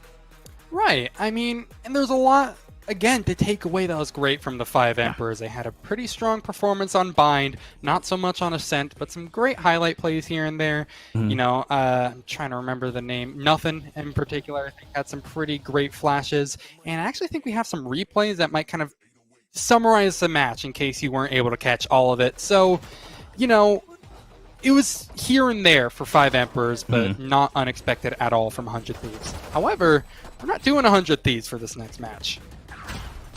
No, we are not. We are going to be jumping in the round of 64 following NRG taking on Blahaj here. And I mean, this match that we're looking at in these replays definitely does 5 Emperors a bit more justice. Obviously, the Ascent not as great as Steel here close things out. I think it was a 3K here, and then towards the end, I think it was another 3K on that B side. Hiko with the 2 kills and that shock dart. And again, it was aggression, the name of the game. I'm wondering how long we're going to see that, or how many teams we're going to see that be the name of the game, right? Who's going to try and slow things down? Who's going to try and pick up the pace here and try and catch the opposition off guard? Because obviously that is the 100 Thieves way. We get to see if it's the NRG way. Yeah, here's the close.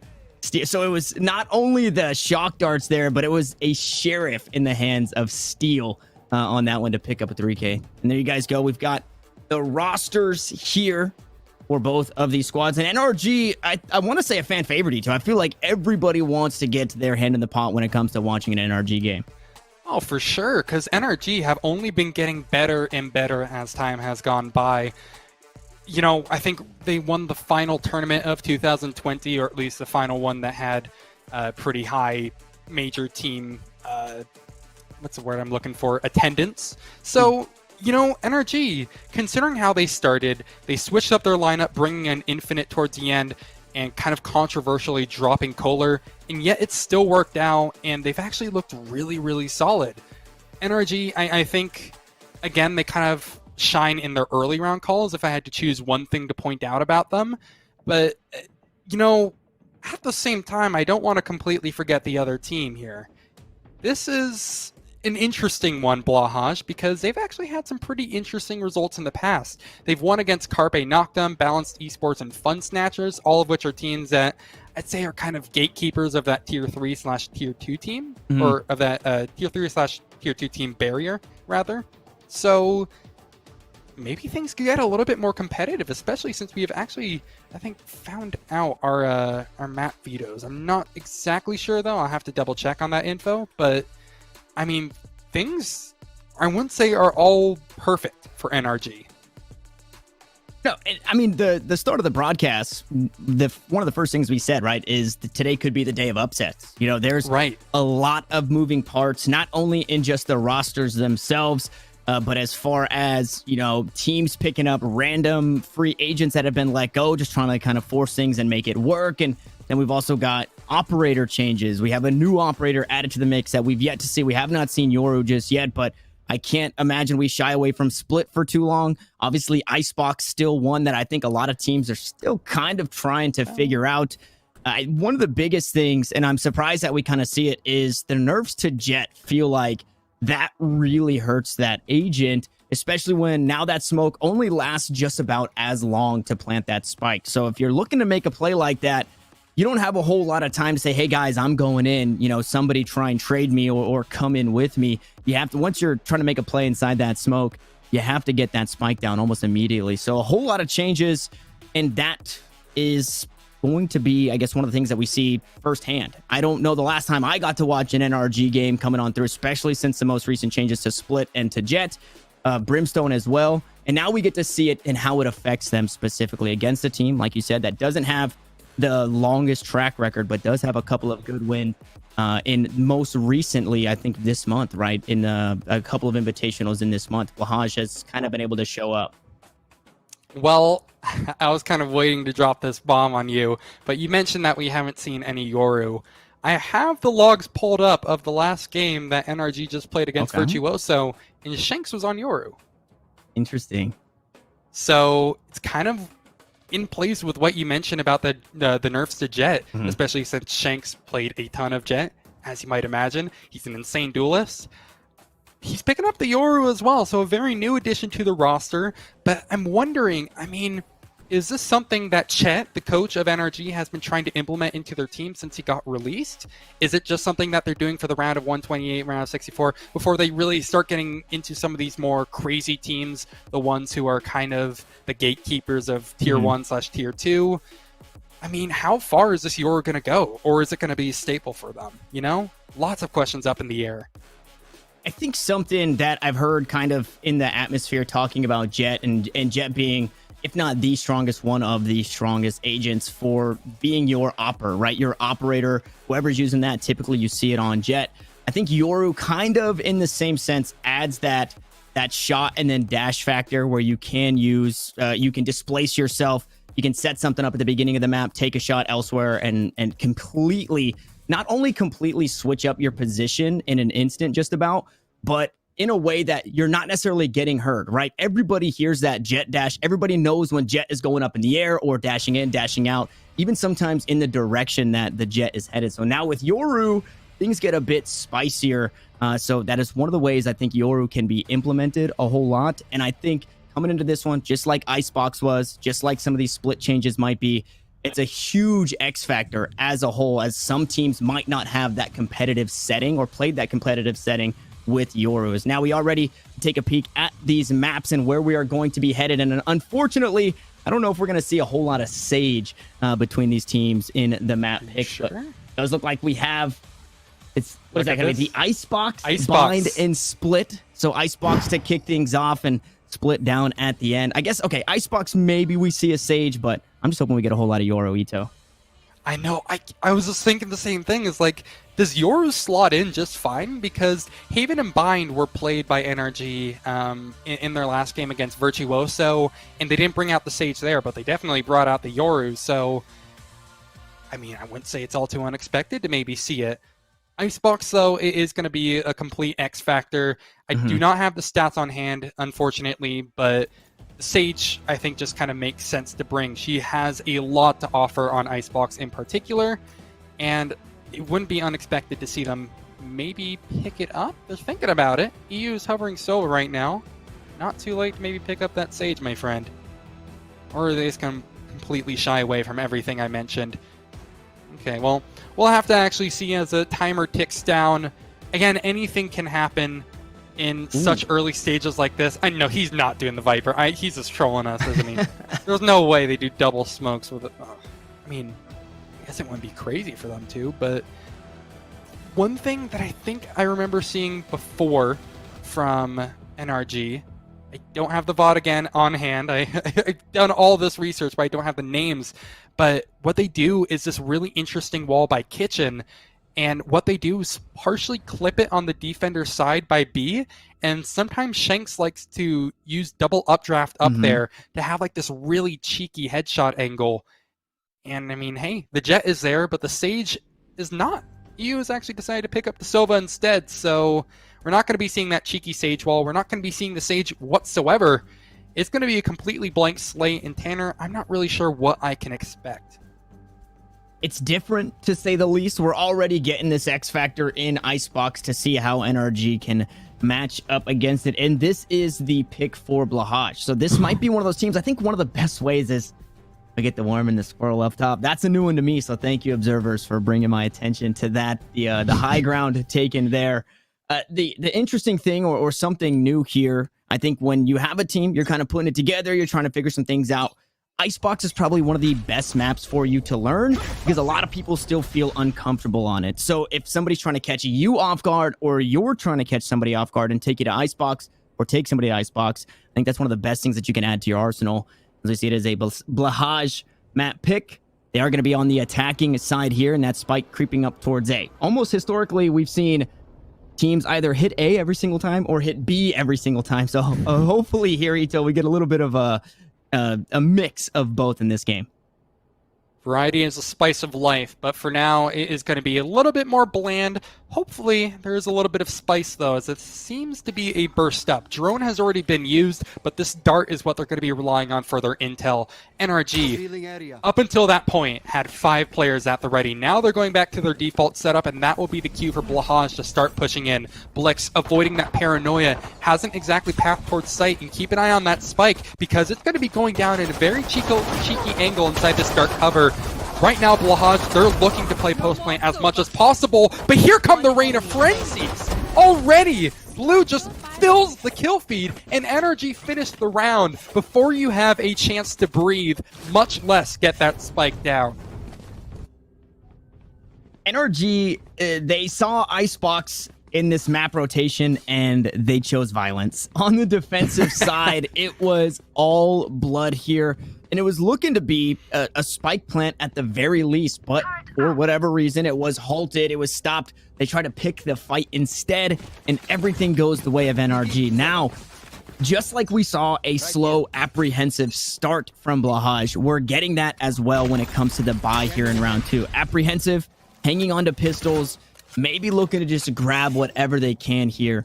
And this one as they creep up towards this B site, already getting a little bit of variety, but it should be a round picked up here by NRG. On paper, at least. An early duel in the grand scheme of things, taken over by A main. This flash is going to be used for it. That Lear's good to single-handedly take that kill onto Trakes, and everything is shut down. Once again, NRG, they move so quickly. And they move themselves up to 2. It's not unexpected, because like you just mentioned, Tanner, it was pistols. It was that kind of apprehensive buy. But this time, it's not going to be so much. They have all those Vandals all the way across the board. And NRG are still sticking with their Spectres. They're going to treat this as a bonus round. I want to see what Infinite does here. I'm kind of interested in what his move will be, because does he fight for that ultimate orb since he's relatively close, about halfway to that lockdown? Or does he just try to respect what Blahaj now have to work with? This new artillery, again, might provide a little bit more spice, but Blahaj are looking to once again take early A control and maybe just burst onto the site once more. Kind of like what we saw on this pistol, only maybe a little bit more successful. NRG actually expecting a hit up towards mid. They've completely sacrificed this A site, now rotating on back. As the flash has come through, there's the flash and dash. Not going to find too much, as those smokes are doing a good job of clearing this site out. or keeping the sight lines blinded. So I'm going to find the first. That one through smoke. Hijinks is able to trade one back. The spike has since been planted, and now we get to see that post plant that we thought would come in that pistol round. It is a 4v4, and that spike just planted off site a little bit, not necessarily the most defaulted position. Nano swarms look to go on out. Daps might just be able to stick this one. They're trying to stay through the smoke, but NRG, no, they stop it for a moment. Psalm forced to get back on, and now Zill has to try and trade it out, but he just can't do it. Blahaj seemed like they had the recipe to win a round, but they just couldn't get it done. It was a scary start for them, that's for sure. Blahaj, that is the execute that they wanted by all means. They did get the spike down, you know, they fell back to their favorite positions. It was really patiently played at right moments. Daps, I want to point out in particular, because you notice that NRG were really only going for the idea. They really only pushed to get that spike defused when they had that dark cover available. So patient use of their utility, excuse me, and discipline always seems to be the name of the game, doesn't it? Blahaj yet to find a round, and that was their best chance to do it. Now NRG have full rifles in their hands. No longer are we messing with the piffy tools such as those Spectres, as scary as they might be. We're actually dealing with really heavy-hitting stuff at this point, including the operator right here on Shanks. So, I want to point out real quick, what do Blahaj look for here? This is a bit more of a default for them, but they don't have the artillery to really kind of full send or get away with a lot of these picks. They need to have some incredible positioning, I feel, to actually succeed in this department. They are very aware of this operator as well as it took down that drone. A shot fired makes this B site pretty scary. Smokes once more, though, to stop the sight lines for NRG, and a slow creep up 1 towards 2. The Omen surely going to meet each other. Patience. Dap's going to be get the better half of that. One is going to be traded back. Make it another. A beautiful shot from downtown. Jet on jet action. And it doesn't mean winning the round, but it does mean hurting the economy. Unless that operator can get picked up. Once more, spike planted. Hijinks peeks out a bit too soon, and the smoke just cannot keep him alive. Infinite with a nice 3K. Find a 4th round for NRG. Now, Ito, I'm going to take a step back here. I'm going to out myself a little bit. What do you consider a bonus round? A bonus round to me is what I'm going to say is I've always understood it as it's the round where you hang on to your guns, and it should be a free win from the opposition because they're on full rifles. But it seems like everybody kind of leans the other way. It's a bonus round. You don't have to rebuy guns. Well, that's my school of thought, is that it's kind of the leftovers from round number 2, those force-ups, where you're going to be seeing a lot of Spectres, a lot of Stingers, hell, even a Marshal if you're feeling really crazy. It's not going to be the rifles like you see right now in NRG's hands. You're not going to be seeing an Operator round 3 if it's a bonus, in other words. It's just more preserving your economy and, I guess, really fully feeling the effects of it a little bit later on.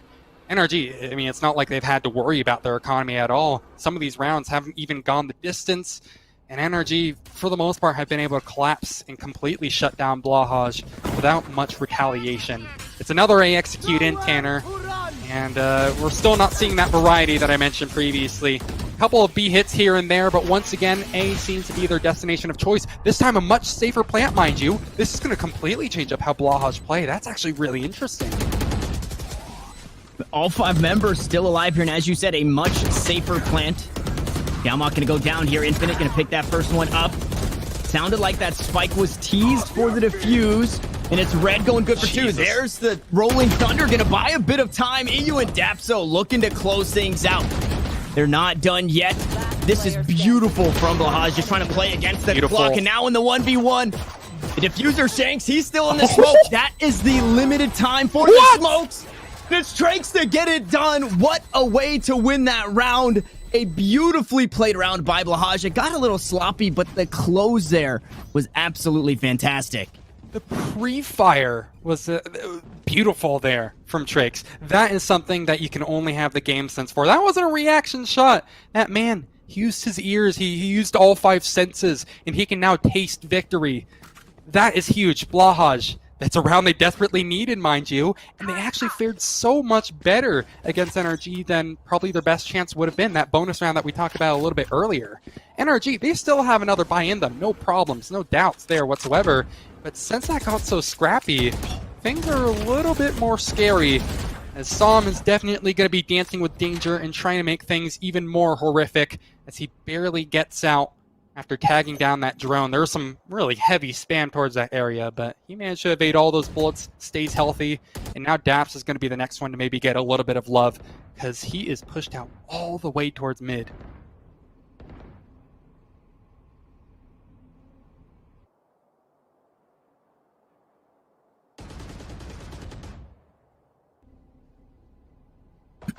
I love this approach by NRG. They have lockdown. Here we go. Trake's able to put that one down. There's the shot coming on through, and the approach from NRG has been beautiful. They're playing the slow playstyle with the slow playstyle. They don't care, and Psalm is here. He's able to dismiss away, but does he get out? No, he's going to be detained. So one going to be sacrificed over to the Valorant gods. But he's still alive. Zil actually falls. He's still alive. A beautiful play by NRG working together and around that looked to be in favor of Blahaj. They don't even get a kill, Ito. It started out so good because they burned off a ton of time from the clock, got a very nice Killjoy lockdown, right out there. But everything kind of crumbled apart from there. That detain, I thought for sure was going to be a kill, but that man is just hopping his way. I think we have the replay of it. Oh, no, it's actually going to be Shanks. All right, no, there it is from Psalm. That man got detained, and yet he was just still hopping his way to victory. That is unbelievable, actually. But, the teamwork, it's exactly what you said, Tanner. I feel like you're bringing up all these points even before me, is that is those fundamentals that I always talk about. Being able to trade each other out. We do have a little bit of a pause, so we kind of can fully break down why that's so good from NRG.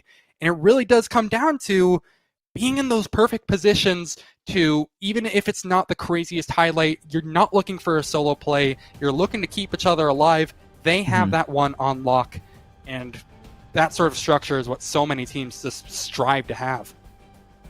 The patience, right? It's almost the exact opposite from what we saw, and it's NRG adapting to Blahaj's playstyle. Blahaj trying to draw out everything that they can, whether it be utility, whether it be rotations, making noise here when the play is over there.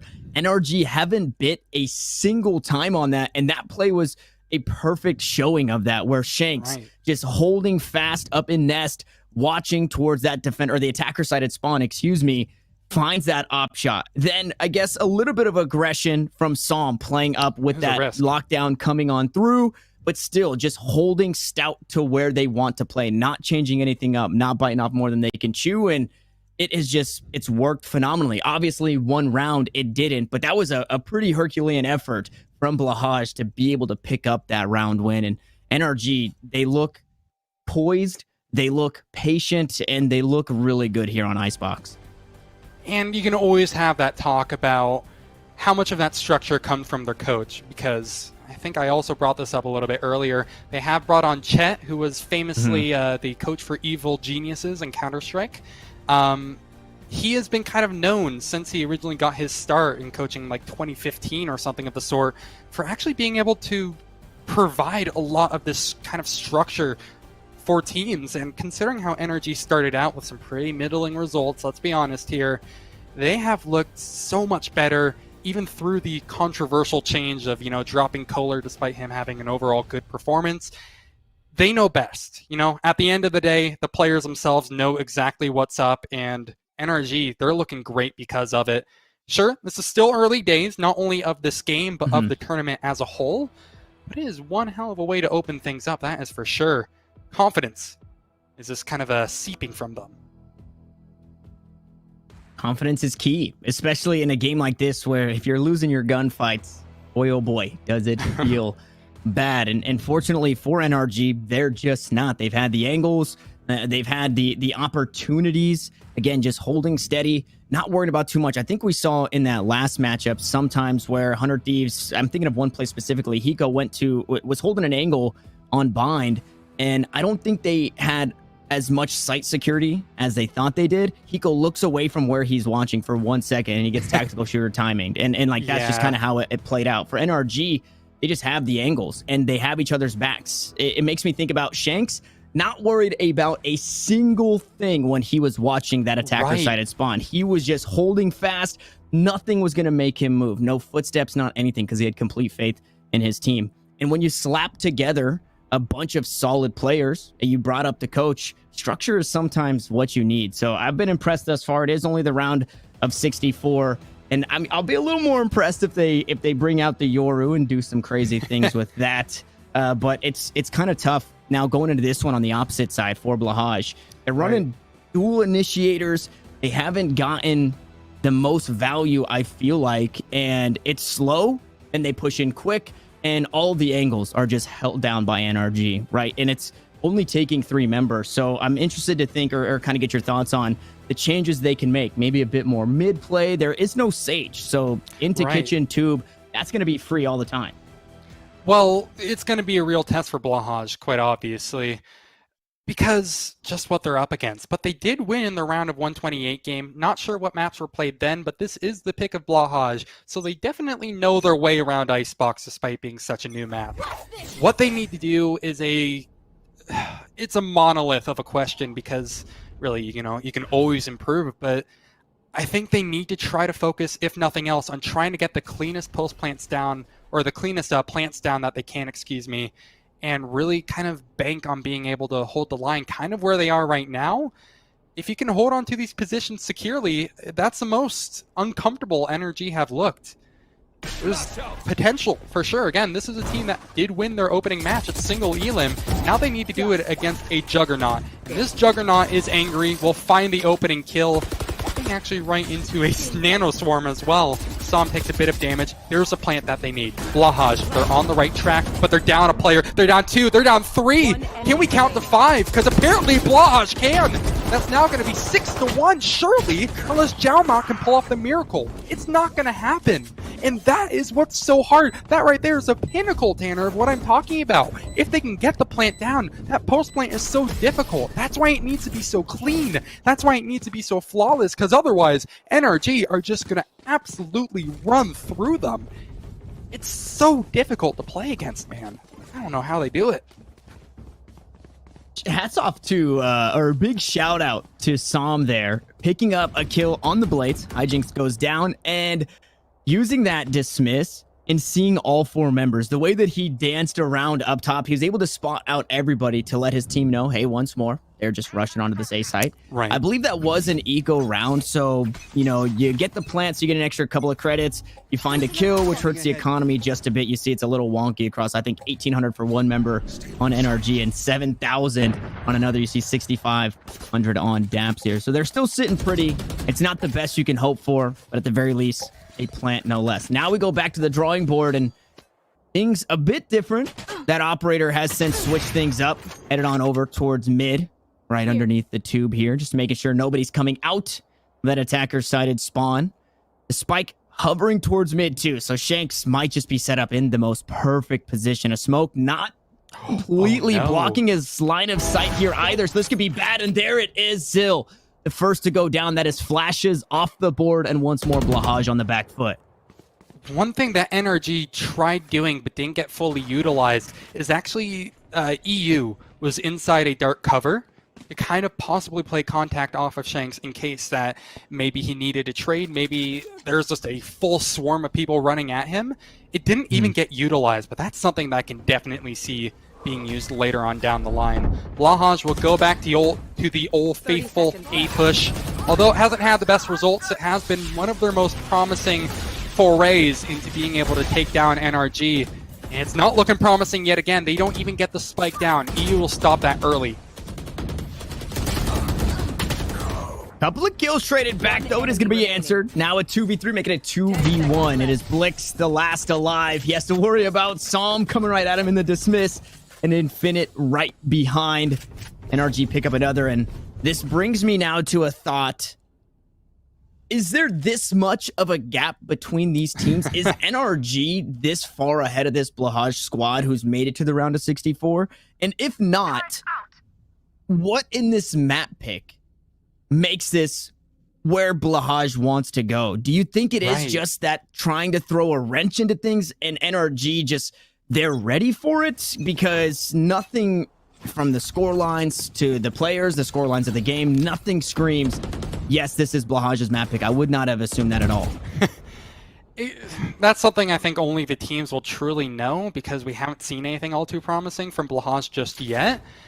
My only gamble is that it's the map that NRG have played the least, but the results, the few that we have at least from them, have been pretty good. A 67% win rate out of 3. So, I mean, you're not exactly talking huge numbers here, but I guess they really did want to kind of throw a spanner in the works, if you would. Surprise factor hasn't exactly been game-changing all too much yet. And it's going to be exactly the same thing as Shanks finds the opener. 55 seconds left on the clock, and a flank does come through, which is great. That alarm bot, I don't think, was quite far enough to actually catch out Hijinks. So he doesn't get tagged until after he's found the kill. Blahaj, they have a bit more space to work with, but they do not have the artillery to use it, to take advantage of it, excuse me. I'm pretty sure Sam actually found that kill here, but he didn't. And guess where Blahaj are going? They have one bet here, Tanner. Oh! 30 seconds left. Headed over to A, but to add adultery, the numbers get dwindled down again. Shanks with a beautiful shot here. Now Sam with the angle. Sheriff right in his face. He's able to find the spray down. It's all up to Jalmok. Got a stinger, got a dream, but Shanks picks up 2 with the operator, swaps on over to that frenzy. They close it out. And I thought maybe Shanks get a little complacent. Right. On that over T, but 2 beautiful ones to answer back, and you know, 2 wrongs making a right or something like that. Either way, Shanks came out on top. That's once again NRG on their winning, or in their winning ways once more. As for the ultimate check, something I always like to do, Trakes is a little over halfway to getting another lockdown. I think that is going to be their biggest engine to push. Also keep in mind maybe that Rolling Thunder, that's in Zill's potential arsenal, only 2 points away from that. I want to see a little bit more of an emphasis over taking orbs. I think that B1 might be a little bit more suited for them. If they can toss out a dark cover, deny Shanks of some of that early information, you can fight for it. You know, I think that might be your best chance to try to isolate a pick, as scary as that might be. It's against an op, for Christ's sakes, but something, you know, you can't just keep on cowering away, especially when you already see they have the idea that they want to go back to B's. Kind of, you can see the cogs turning in their head right now of, maybe we make this into a mid-split. They're eventually going to have to face off against Shanks here. It's a matter of when, not if.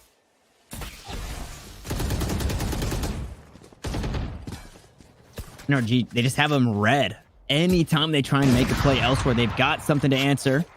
As EU barely makes it out as that off-shot whizzes right on by. That's the operator down now. Infinite can be the benefactor of that kill, and EU is here to stop the push through the kitchen. So not patient. in my house, he will say. Daps to back him up after the kill is traded, and the biggest victory Blahaj has is hurting the economy of one player just about every single round, but it's not enough to find anything. And the spice, variety is a spice of life. That is something that you said at the beginning of the game. You could see that Blahaj is trying to give us that spice. Just nothing is working. Everything that they throw at the wall, it's just been batted down. NRG, stalwart on defense. And at this point, you're looking 9-1. Quite possibly could be an 11-1 half. And Blahaj have to come up with a crazy defense to be able to put up some numbers. Or maybe a crazy attacking round. That is one start. The Sheriff will find the opener. Tanner, again, this is a potential engine to push. Actually, Misflash, I think, denies a bit of space. Killjoy ult, that lockdown will be used maybe a bit preemptively from NRG. But look at this, Blahaj, they're starting to back up. Oh my god, Hijinks! I can't believe he actually dies there. What a nuts shot, excuse me, from, I think that was Infinite? I don't even understand how he hit that banger. But, you know, Blahaj, they are spicing things up. I respect it. They just can't get right there, man. It's rough.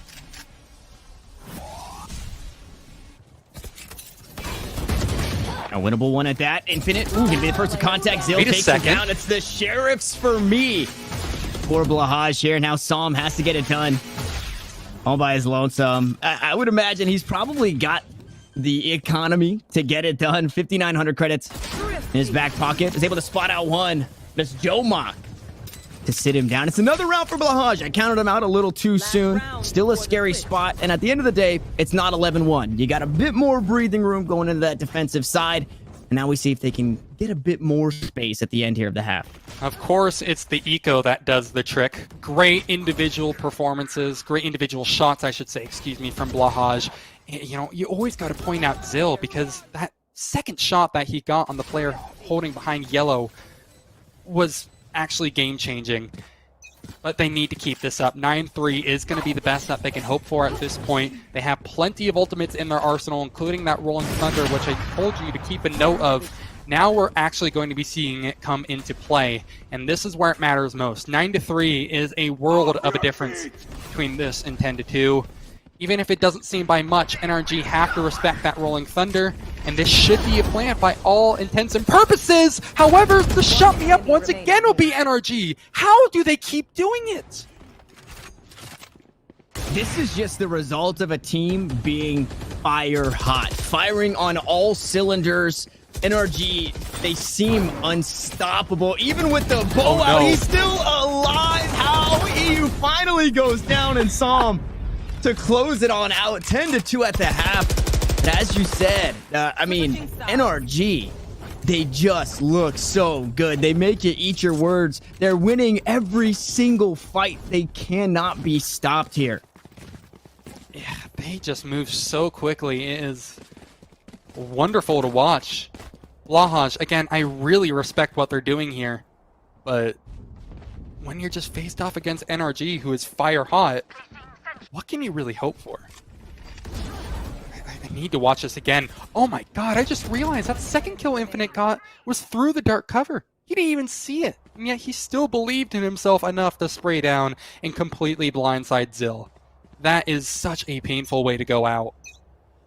NRG, the wind is in their sails, and now they're going to be the ones dictating the pace even more so. They're attacking, and Blahaj seem to be ready for this challenge over towards A. Let's see who hits the shots. Last time we saw pistols, it was Blahaj. Maybe it's time for you know, another round to go through.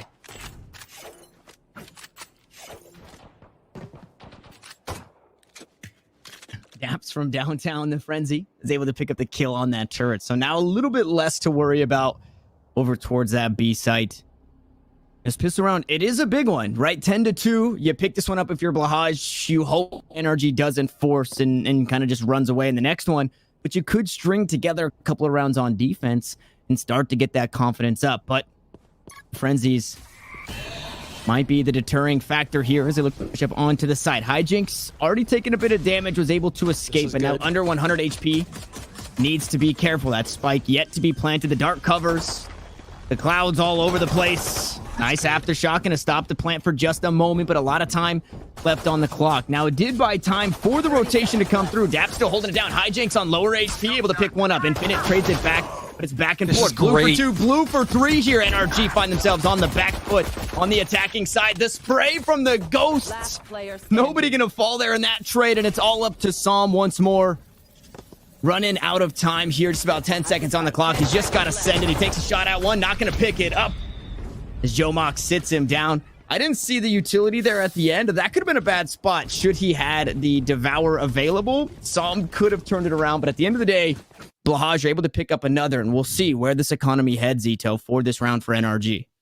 Time was really of the essence there, too. You mentioned maybe the dismiss could have been used, but you also have to keep in mind that he needed to find 3 kills in, 10 seconds. Mm-hmm. It was still a very tall order, even if he did have that in his favor. But Blahaj, it's exactly what they needed. This is the kind of a glimpse of redemption. This is what they can bring to a fight. And it was a great hold. Not quite stalwart, if I can borrow your word there, but definitely reactive, and it's completely perfect to shut down NRG, even if it is just for 1 round. But NRG have forced up once more. Doesn't seem to amount to anything, at least in the opening stages of round number 14, as they have completely dismantled the NRG side. 0 kills. What in the world? He is just wondering what went wrong. He won't find an answer. No answer there. That was probably not as expected from NRG. Forcing up. They just get mowed down. Jalmok, I think, picking up a 3K in that round. 2 to start things, and then heading on back to that B site to lock it down and find the third. The economy's in a weird spot, but I guess if you're NRG, you have the breathing room. You have that wiggle room to just try and force up and regain control. You pick up a win on that eco, and it, again, switches things in your favor. The economy, or that force, rather, the economy gets awkward on the defending side, and NRG could then, play that overpowering, that overwhelming style that they've been playing in these gunfights. Not necessarily the case, though, as Blahaj get back on the board. So they live to go for another round. So that force didn't work. The pistol did not work. And now this next one, it's another half-ish buy, yard sale buy. It could be enough, though, to get in the game as that sheriff shot goes wide. Nanoswarm comes out. Dart to the back. Not going to get any information. At the very least, NRG should be able to get that spike down. Spike planted. At least for now. But it's not over yet. Great early stages from NRG, but this is where they are most lethal. As soon as that spike goes down, whether they're on the defensive or attacking end, they always seem to be crazy. Tanner, this is not nearly done yet. No players have died yet. This is insane. Oh, there's the kills that come on through, though. It's the SMGs, the Spectres for Zill and Blix. Blahaj looking to close things out. It's all up to Shanks, but the defuse comes through no less, and Shanks will fall at the end of things. Imposter down, says Hijinks. And that was scary because nobody dying, you're no longer having that clock on your side if you're a defender. You have to make something happen or that spike is going to blow. Fortunately, Zill and Blix kick things off with a couple of crucial kills to mow down some key members. And then Shanks playing too far back with just the sheriff, not able to find the angle. Now we get to that spot where it is that bonus buy. There we are. The bonus round here for Blahaj as they're going to hang on to their SMGs. And it's rifles for NRG. And this is where they've been the most lethal. Right now, the things that I'm going to be looking out for here is, do they fight for this ult orb at all? Do they even fake it to try to bait out an early peek? Or do they actually go on the aggro here? Hijinks is completely caught off guard by Infinite, who has the higher ground, but, well, I'm going to avoid the easy Star Wars reference here because that's about where the action ends. We once again kind of halt, slow things down once more. Again, I think at this point, things are not good for Blahaj, quite obviously, but NRG, how far do they try to push this? This is kind of what they did in that last round. They completely cut noise, or they got up as close as they could, and then they just kind of burst it on up. This time, though, there's a little bit more intel, and Blahaj are starting to fight back, making it a bit more preemptive. NRG can't quite get up for free. They're forced to concede a little bit of space, make a bit more noise. Baby, we got a round going. Yeah, it's slow, very slow, but this has kind of been the name of the game for the entirety of this game, even when Blahaj were on the attacking side. Player goes through a big flank coming from Daps. Should he make his way on in that turret? Gonna grab some info. And a paranoia heads on out. And now the rotation gonna be stunted here by Som. They're all rotating over to B. Daps gives them the green light. Able to find a kill as well. Another one on this side. Blitz one up though. Som goes down. That's a big one to pick up. Rifle should be in the hands of Blix as they rotate back over. Blahaj find themselves in a flanks here, making sure Strake's heading way in. And now 6 feet under. Jalmok, the leading fragger here for this Blahaj squad. Gonna try and do everything he can. That spike plant in that default position has to be expected. Smokes go down the turret, actually spots him up top, so a bad spot. The alarm bot, it's all thrown on the spike here. He's gonna fake it once, but he has so many members to worry about inside the smoke. He will fall. Now Blix, not able to do anything. Just gonna hang on to that rifle that he picked up and that kill on Som. NRG battle back. And like we said at the beginning, rifles is where NRG are the most lethal. It's okay to hand over those force rounds. They're A-okay to hand over the pistol. Because you give them some Phantoms, you give them some Vandals, and they just get it done. Oh my god. That firing range as soon as the spike was tapped is something out of a comedy.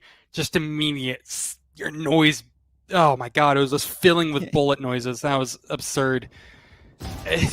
I cannot believe, looking at this round again, that fake that they did was wonderful. It started out, luckily our observers and you both pointed it out, that Omen was all alone, Daps over towards B, and he ended up weaving it into a perfect round in favor of NRG. The big brain on the man, what can you say? Perfect mid-round call. NRG, they move themselves up to 11, and what a beautiful fashion to do it as well. Blahaj, that was a bonus, sure, so they will have rifles into this next round, but when it comes down to a call like that, I don't think even having Vandals in your favor would have made nearly as much of a difference. I don't think it matters as much as just the big brain plays from NRG. Once again, they cut noise. This is what I mentioned before in that round that they otherwise lost. They walk up as close as they can, and they have the entire site to themselves, a player in their favor, and that spike in their grasp. And everyone rotating over here from Blahaj. You've one member incredibly far away. Hijinks still going to be trying to catch up with his team. 3 members now looking to push in, and it's the post plant once more. The alarm bot gets the information as to where Strakes is playing. Doing the back of the side now. Hijinks made his way in, but the running headshot from Psalm, he's able to dismiss away, and it just feels bad to go down like that. It's infinite once more for a couple more. Jalmok trying to hang on as long as he could, but it's not long enough. It's NRG to 12 and 5, and man, Psalm, that is... Yeah, I mean, what can you do? The running headshot. It feels so bad. Feels so bad to be on the receiving end of, that's for sure. Exactly, but on the dealing end, oh my god, you're gassing yourself up. NRG, they have everything in their favor as well for this round. It's like I said before, man, the rich get richer. They have so many good engines. These are like 3 of the best ults in the game, it feels like, man. I mean, not all of them, obviously, but... God, there's so many opportunities for them to close it out right here, but I really want to say, before anything else, as much as we're chalking this up to being a dominating NRG victory, which it is, so much respect to Blahaj, because even when they weren't exactly getting things going, they were constantly switching things up, and they have shown some promise. But Icebox, well, doesn't seem to be the map that they've shown up on. Maybe they're a map 2 kind of team. That's the spike.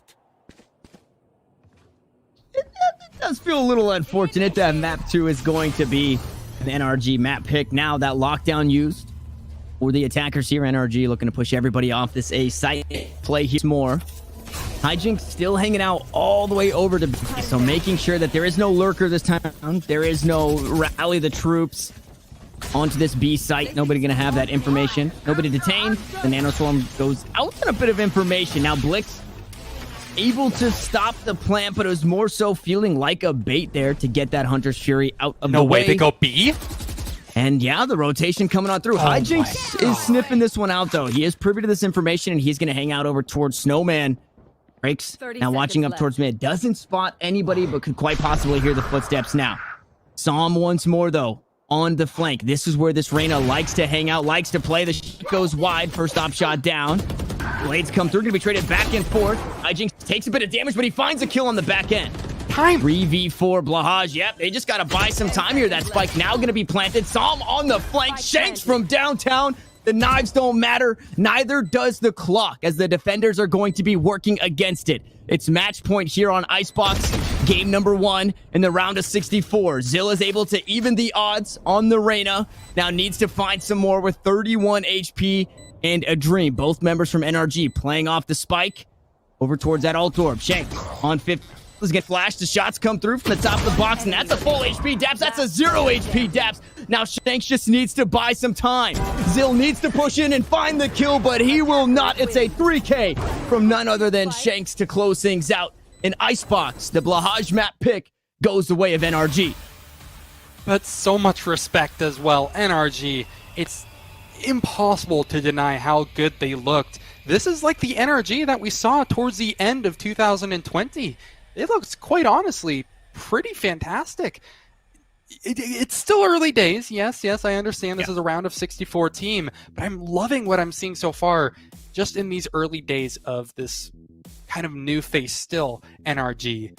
However, it's not the end of the road yet for either one of these teams. We still have a potential 2 other maps to look forward to, Tanner. Yeah, and Icebox was one of the ones I had the most questions. Now, map 3 is going to be split. So some way, somehow, should Blahaj be able to pick up a map 2 victory. I believe that one is going to be on Ascent here. I want to take a look. No, it's Bind, actually. So we're going to be headed over to Bind.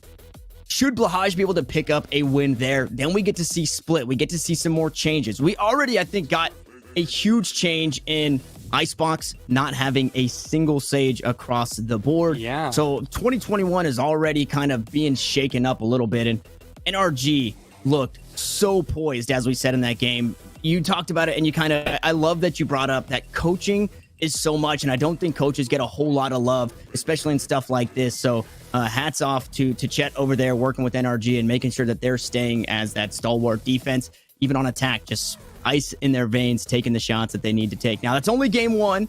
It is a best of 3. We're in the round of 64. This is going to be our last best of 3 for the night, but it's not done yet. Guys, we are going to jump away for a quick second, but when we come back, we've got some more NRG versus Blahaj action, and we're taking it over to Bind. What sound experience would you like today? I'll have the fantasy pack. Good choice.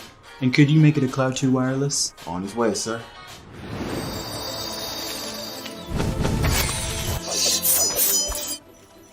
Sounds amazing.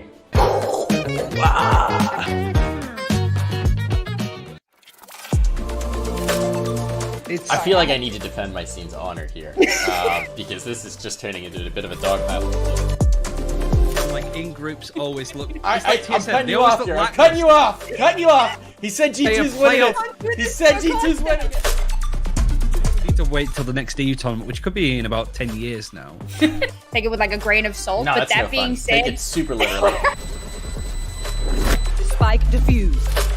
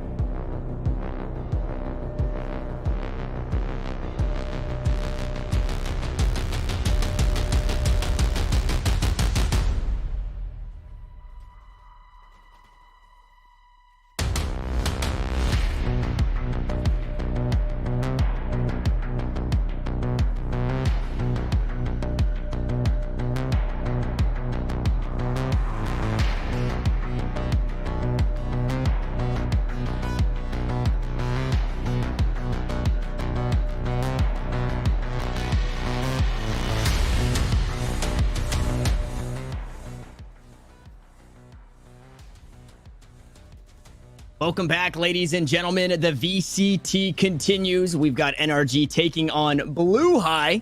Apologies, we've been misrepresenting that team for the entirety of game number 1 and this entire series. No more is that going to happen as we look to jump on into Bind. My name's still Tanner Metro. I'm still joined by Ito, and the percentages feel like for NRG, they just get better as we head over to Bind.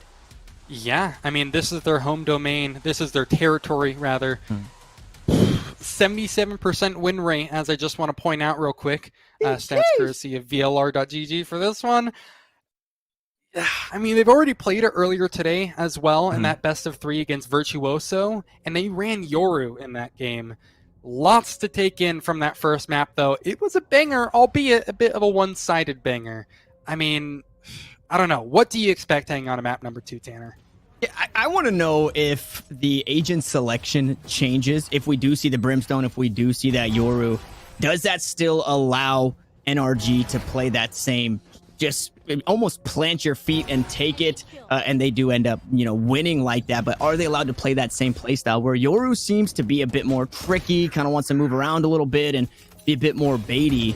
So I'm interested to see how that plays out. As we got a handful of solid plays. I just got to shout outs to the initiators for Blue High. Right. It was Blix and Zill over and over. They had rounds where they were coming up clutch. We also had one at the end. I think it was the first round win for Blue High. That was Strakes to pre-fire for a 3K, picking that one up. So there's definitely fight in the soul of the Sharks here.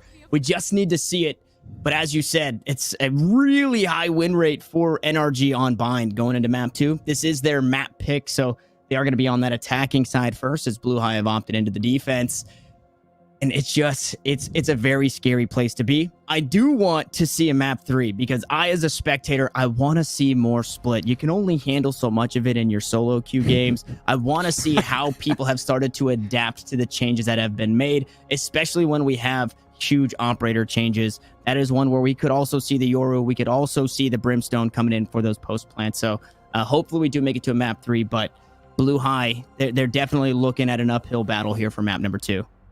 I mean, considering it was your map pick that you lost 13-5, and that's a number that I feel like I always need to come back to because, I think the scoreline is pretty sufficient as a kind of a way to frame the storyline for how they did, but Bind is going to be a completely different beast. We do see that Brimstone being locked, which is immediately interesting to me. No Yoru, unfortunately, Tanner. Make sure to wipe up your tears, but we are seeing a Sky, so we're still seeing a new agent in play, just not the newest. Yeah, not the newest. Makes me a little sad. That would be my first time being able to cast a new game. And that agent, I mean, it's really something different when you see it in the hands of the pros, right? When you get to see the plays that they make, it definitely makes solo queue a whole lot harder because you're going to have these people that are insta-locking Yorus once they see Shanks or whoever their favorite player might be playing that agent pick. Unfortunately, we don't get that. We've already seen Bind today. And the bind that we saw earlier in the day between 100 Thieves and the 5 Emperors was kind of a blowout. It kind of had the same feel as that Icebox, where it wasn't a complete blowout, but it was, 13-7. There wasn't a whole lot of times where we thought the opposition or the lower seeded team was going to win. Now coming into this one, again, I don't know what quite to expect with NRG starting on attack. Are they going to play that slow style? Are they going to try and lean on their defaults? Or are they going to play it a bit quicker here to try and come out ahead as we see a nice one-way smoke to kick things off over towards A? And there it is. Okay, so it's actually NRG on defense here to kick things off. And, I mean, that was aggression. So complete flip of the script here, Ito. This is just kind of a way to set the pace, if nothing else. Blue High, they're kind of still dipping their feet in the water, trying to find out the temperature of it, and it's apparently going to be boiling hot. NRG, in particular, EU, was more than ready to take a fight there. What I'm noticing immediately from NRG, though, is that once they've given up that pick, they do rotate one player over. That's cool enough, but they've completely backed off all the way from aggression. They don't want to play that trading game. They don't want to extend too much for map control. They'll just go ahead and let Blue High take it from here.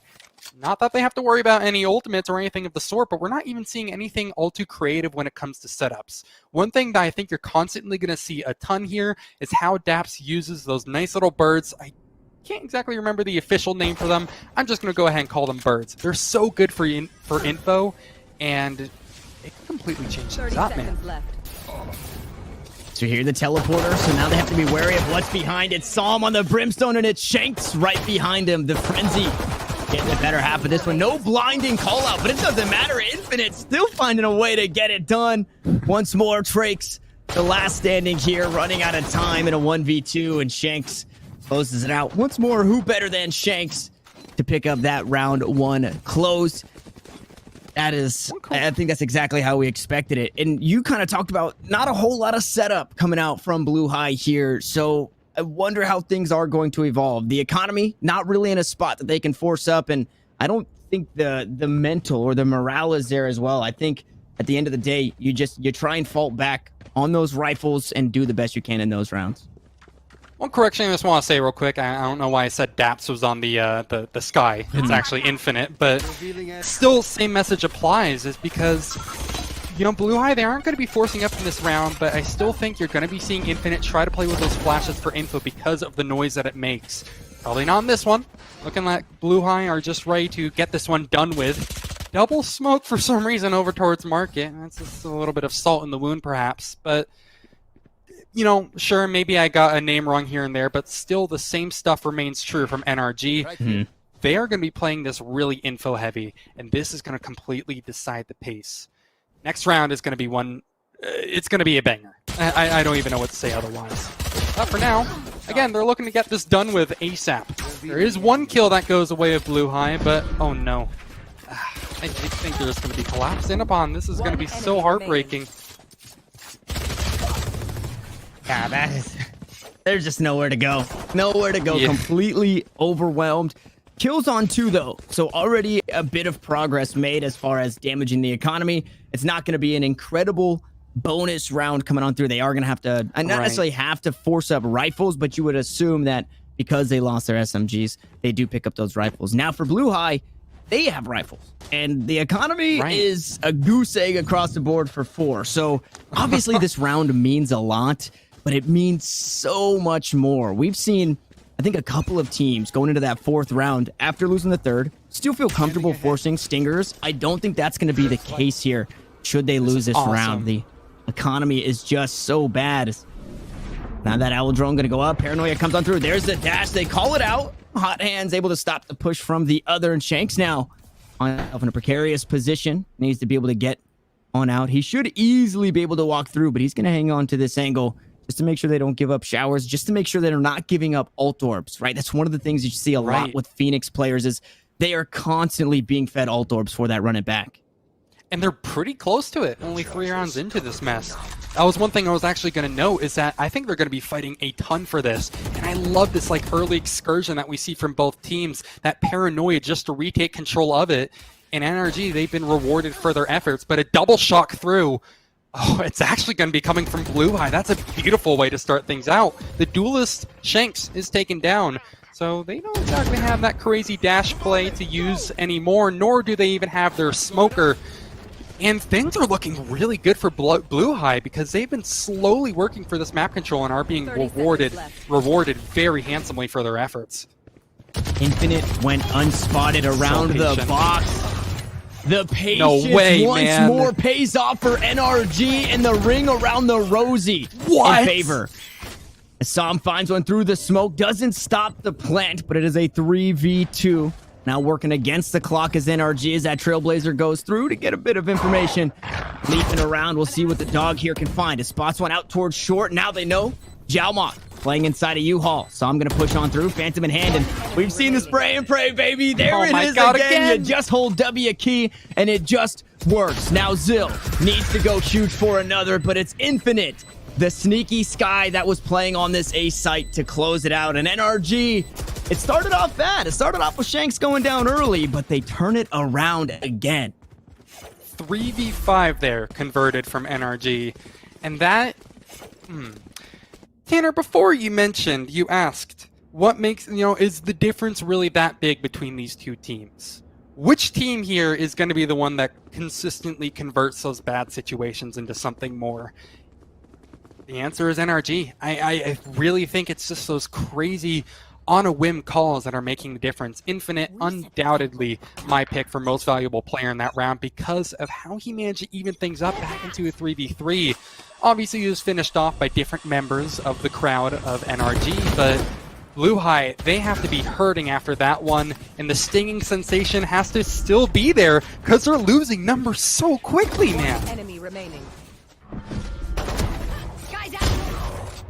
Oh, wait a second. Bucky OP though, Ito. Can't forget Bucky no OP way he does though, this, man. Ito. At the very least, this hurts the economy so much here. 3 kills and Jake's finally able to sit him down, but man, it's a solid NT, man. Nerf the Bucky, huh? Nerf the Bucky. Look, man, I feel I feel so vindicated right now. I've been preaching the Bucky has been insane since day one.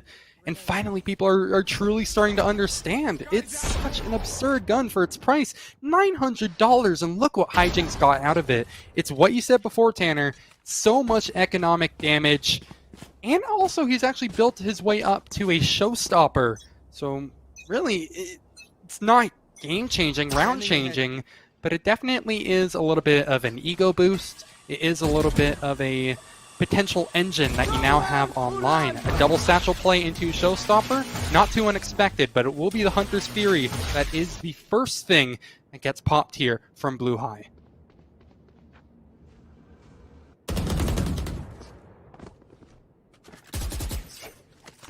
Thrown out, taken down from showers, so not gonna buy or get too much information, because they already know Shanks is there.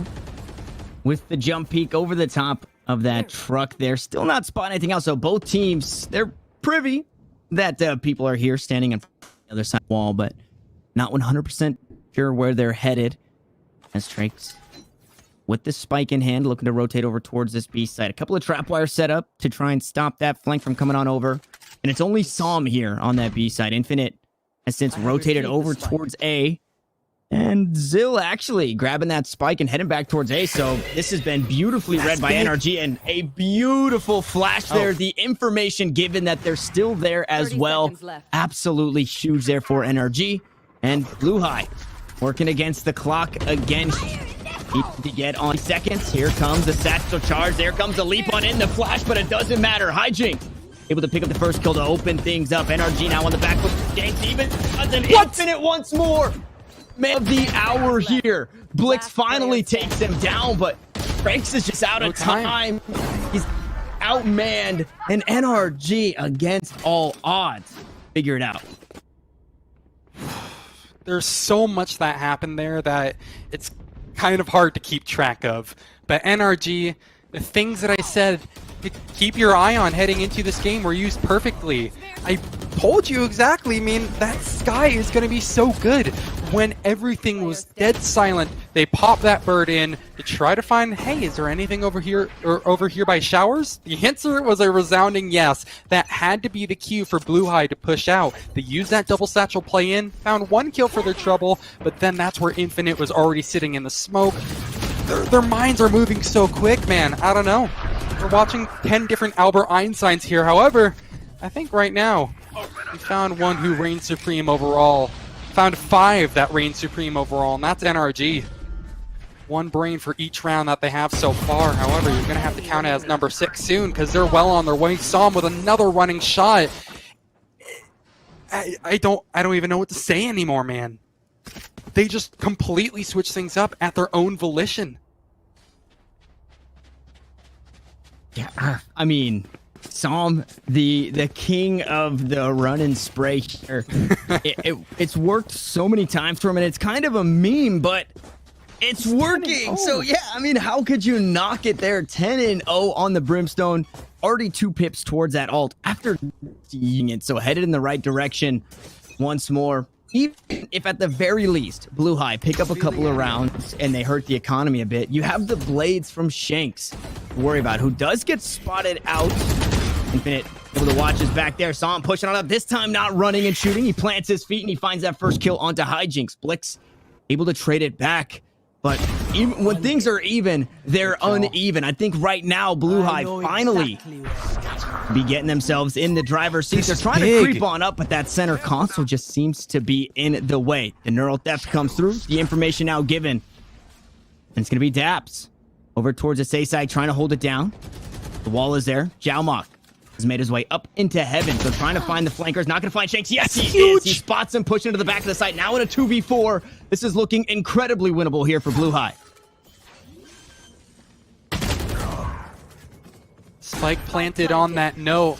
Infinite, he does get that trade. We're back into a 2v2. He's also been tagged too, so they have an exact idea of where Infinite is located. Still, he's kind of flirting with the idea of actually peeking. Eventually, when he decides to, he gets completely shut down by Daps on that Sage. The healer is also one who can bring death. Trix is against 2 here, and he does find the beautiful spray onto the first, but the second seems to be a tall order, and he meets it anyway! Another time where he pre-fires based off of sound!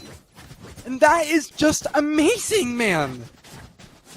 Blue High, they get around on the board, but in the fashion that they did it, I'm sorry, but everything there was so well done. Zill, I understand that he only got 1 kill, but it was a kill onto the flanker into the neural theft, and then right on cue, Blue High decided, or excuse me, it was Xiaomok in particular, who used that from the shadows to teleport in over towards heaven, and that's when the A execute began. That was a beautiful round from Blue High, and yet it still went down to the wire, because that's just how good NRG are. You need to do it again. Have fun with that one, because NRG are already in your base. They're already trying to frag you out, and you have to go ahead and respect it. Joke's over. You're dead.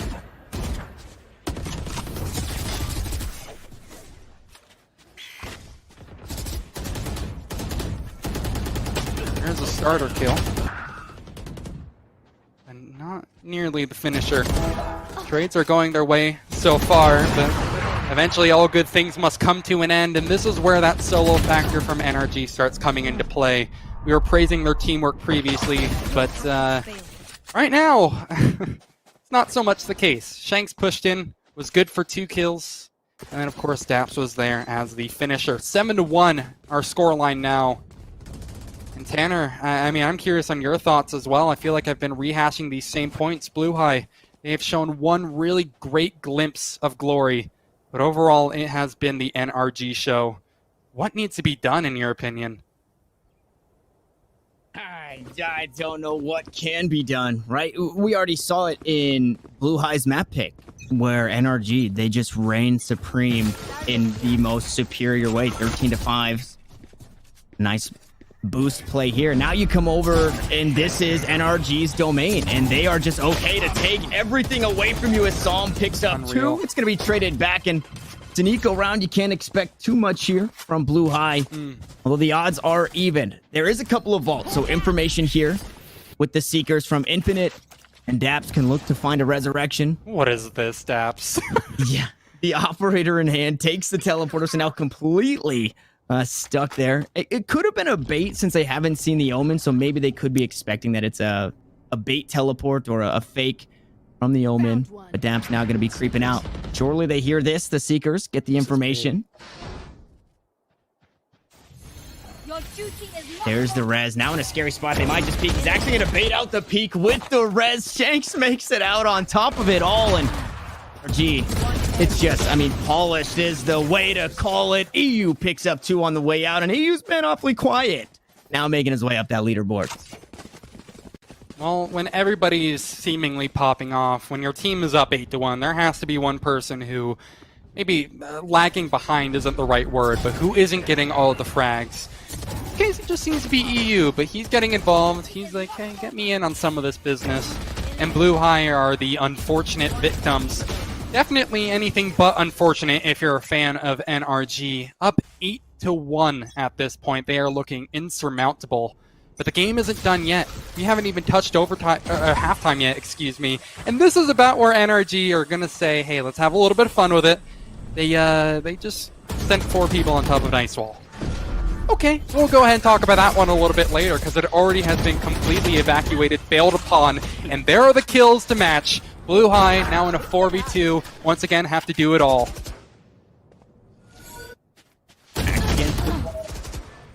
Now Wait a sec. Last player standing. Logo, make it one left.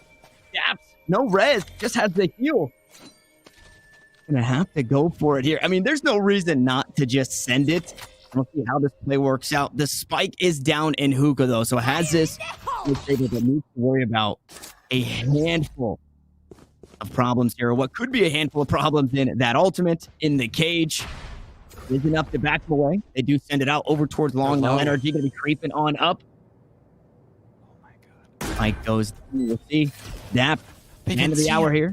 Dap's the Mr. Fourth Quarter. Is that only Shanks here on this NRG? Now one tries to come straight down. Nice tackle to try and buy some time. It doesn't matter. High control down, and Dap, the man of the hour, a 9th round win. As if they needed that in their favor. Blue High.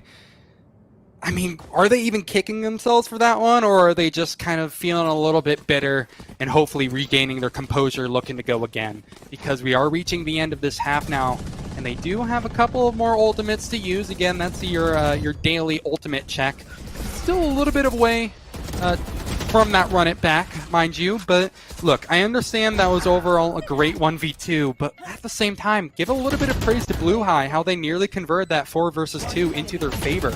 That is by no means an easy task against NRG of all teams, much less, I don't know, a scrim team or something of the sort. Okay, the wall has been brought in, and Tanner, you gotta take this one away. I'm losing it right now, dude. I'm losing it. That is tough. The Odins coming out from NRG. The teleport now, this time not going to be a fake. As EU just going to hold the angle, making sure nobody makes their way out of Hookah. Hijinks going to find the first. That judge in hand can be deadly. An attack from across the map. That's big. Starting to put Blue High in the driver's seat. The smoke goes through. Yama, finally somebody falls to the Odin. So NRG, they get a bit of return on investment, but it's looking like this round falling by the wayside. And you know, maybe they take the next one a bit more seriously, Ito. Right. I mean, at the end of the day, you have to keep in mind, they're up 9-1. This is a round of 64 where while upsets are definitely possible, NRG are one of those teams that I mentioned that have put their nose down to the grindstone and have still been competing in tournaments, while maybe others have been restructuring or taking a well-deserved holiday vacation, something of the sort. They're having fun with it, and I you know, at some point you just gotta go ahead and recognize that. Sure, they're gonna go for the meme wall strats and then Odins to completely destroy the ears of our viewers, but, you know, it looks like they're gonna completely abandon that strat. Possibly wonderful news for the headphone users, but also great news if you're a big fan of NRG. You can close this out earlier, and Blue High now have to deal with the op once again in Shanks' hands, as well as a wealth of rifles across everybody else on NRG. Now, what our observer has actually done a really good job of pointing out is that they're setting for a dart immediately. I'm expecting this to be maybe a change of pace from Blue High. I think something quicker is kind of what they need right now. I always mention those pace changes, and I think now would be a perfect opportunity for one, assuming they don't get shut down, that is. That's kind of tough to change the pace when Shanks is just mowing you down, and you right there behind him. Nice kill through the smoke. Once more, that's spiked down, and Blue High just have not been able to catch a break against this NRG roster. No, ultimate behind though, and EU, he gets punished. A little VM there, trying to get a free ult on the way out. In an interesting wall. So the spike has since been picked up. Bathroom's not necessarily cleared out, as everybody's still hanging out over here for Blue High. And exactly where you are. We'll see. Neural Theft goes through. Flash comes out as well. He's going to get the information. Psalm is there walking backwards. A beautiful play there for the NRG boy. Still is going to be able to get one back, but that is it. Only one.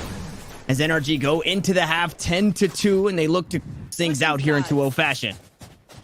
Still a little bit of fun. I like it. You know, NRG, they're not going to try to take this super try-hard seriously, but my God, you can't help but just think maybe EU teleporting there was a bit of a silly idea, maybe not the optimal play in that situation. But as we look and reflect on that first half, there were a lot of highlights for the NRG side.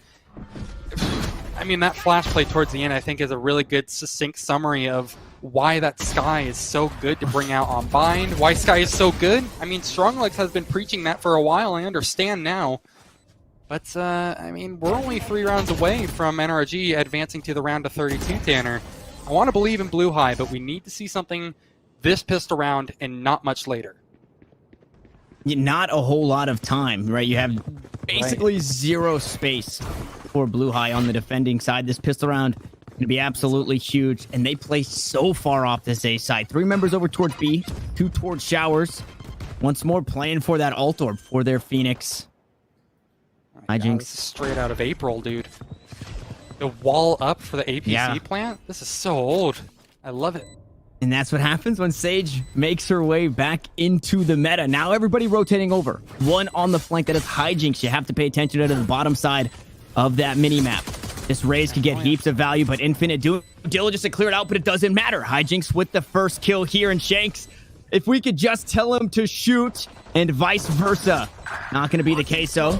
Trace picks up that kill onto Shanks. Dap's going to trade one back, but NRG on the back foot. Down a man. Blick's going to get the spray down. He's got the Blicky on him. He picks up a couple of kills. Wow. Make it 3 as NRG will fall, and a 3rd round picked up here. And a very, very important when it comes to momentum for Blue High. This is what they needed. I said they need to get around soon. This pistol round and not much sooner. And how soon is apparently now. They finally get another one online. It's not unexpected, this buy-up from NRG. They're going to be bringing the Stingers to the table, as well as a single Spectre in the mix. I mean, actually, one thing I want to note real quick is that Skye has such a cheap kit. 600 credits, I believe, for everything in her arsenal. So, you know, again, imagine that you're going to be seeing a lot of flash plays through, and maybe NRG aren't taking this all too seriously right now. Again, they're up such a massive buffer, but another quick play, something similar to what they just did on their pistol, I think would work out very well for how Blue High are set up. Here's the smokes in. We begin.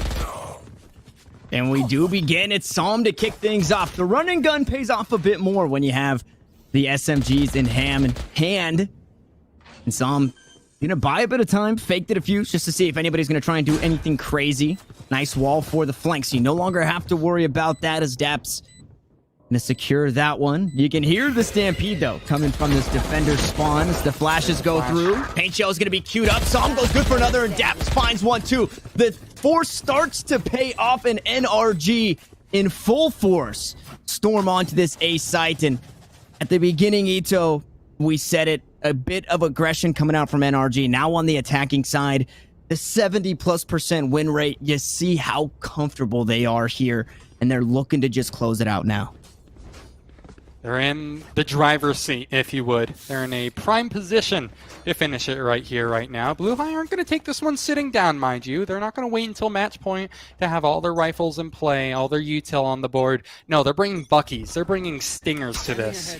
And we saw how crazy that Bucky is previously. And actually, it seems that NRG are at least going to be sending one player, Psalm, to kind of, again, dip his toes in the water and see what the temperature is like. It seems to be rather shocking to him. Pun actually not intended at all. I didn't even mean to pull that one out, but he gets hit by a shock dart. And he's down to about 78 points of health here, so you might see him concede a little bit of space, respect it, get healed up by the Sage. NRG, what did they learn from that? There's people in hookah, so what's realistic here is that they have their options open for maybe a teleporter play, or just go ahead and hold the line, maybe find a kill right here. There you have it. One player pushing down mid. That's a freebie for NRG. The entire map opens up to them.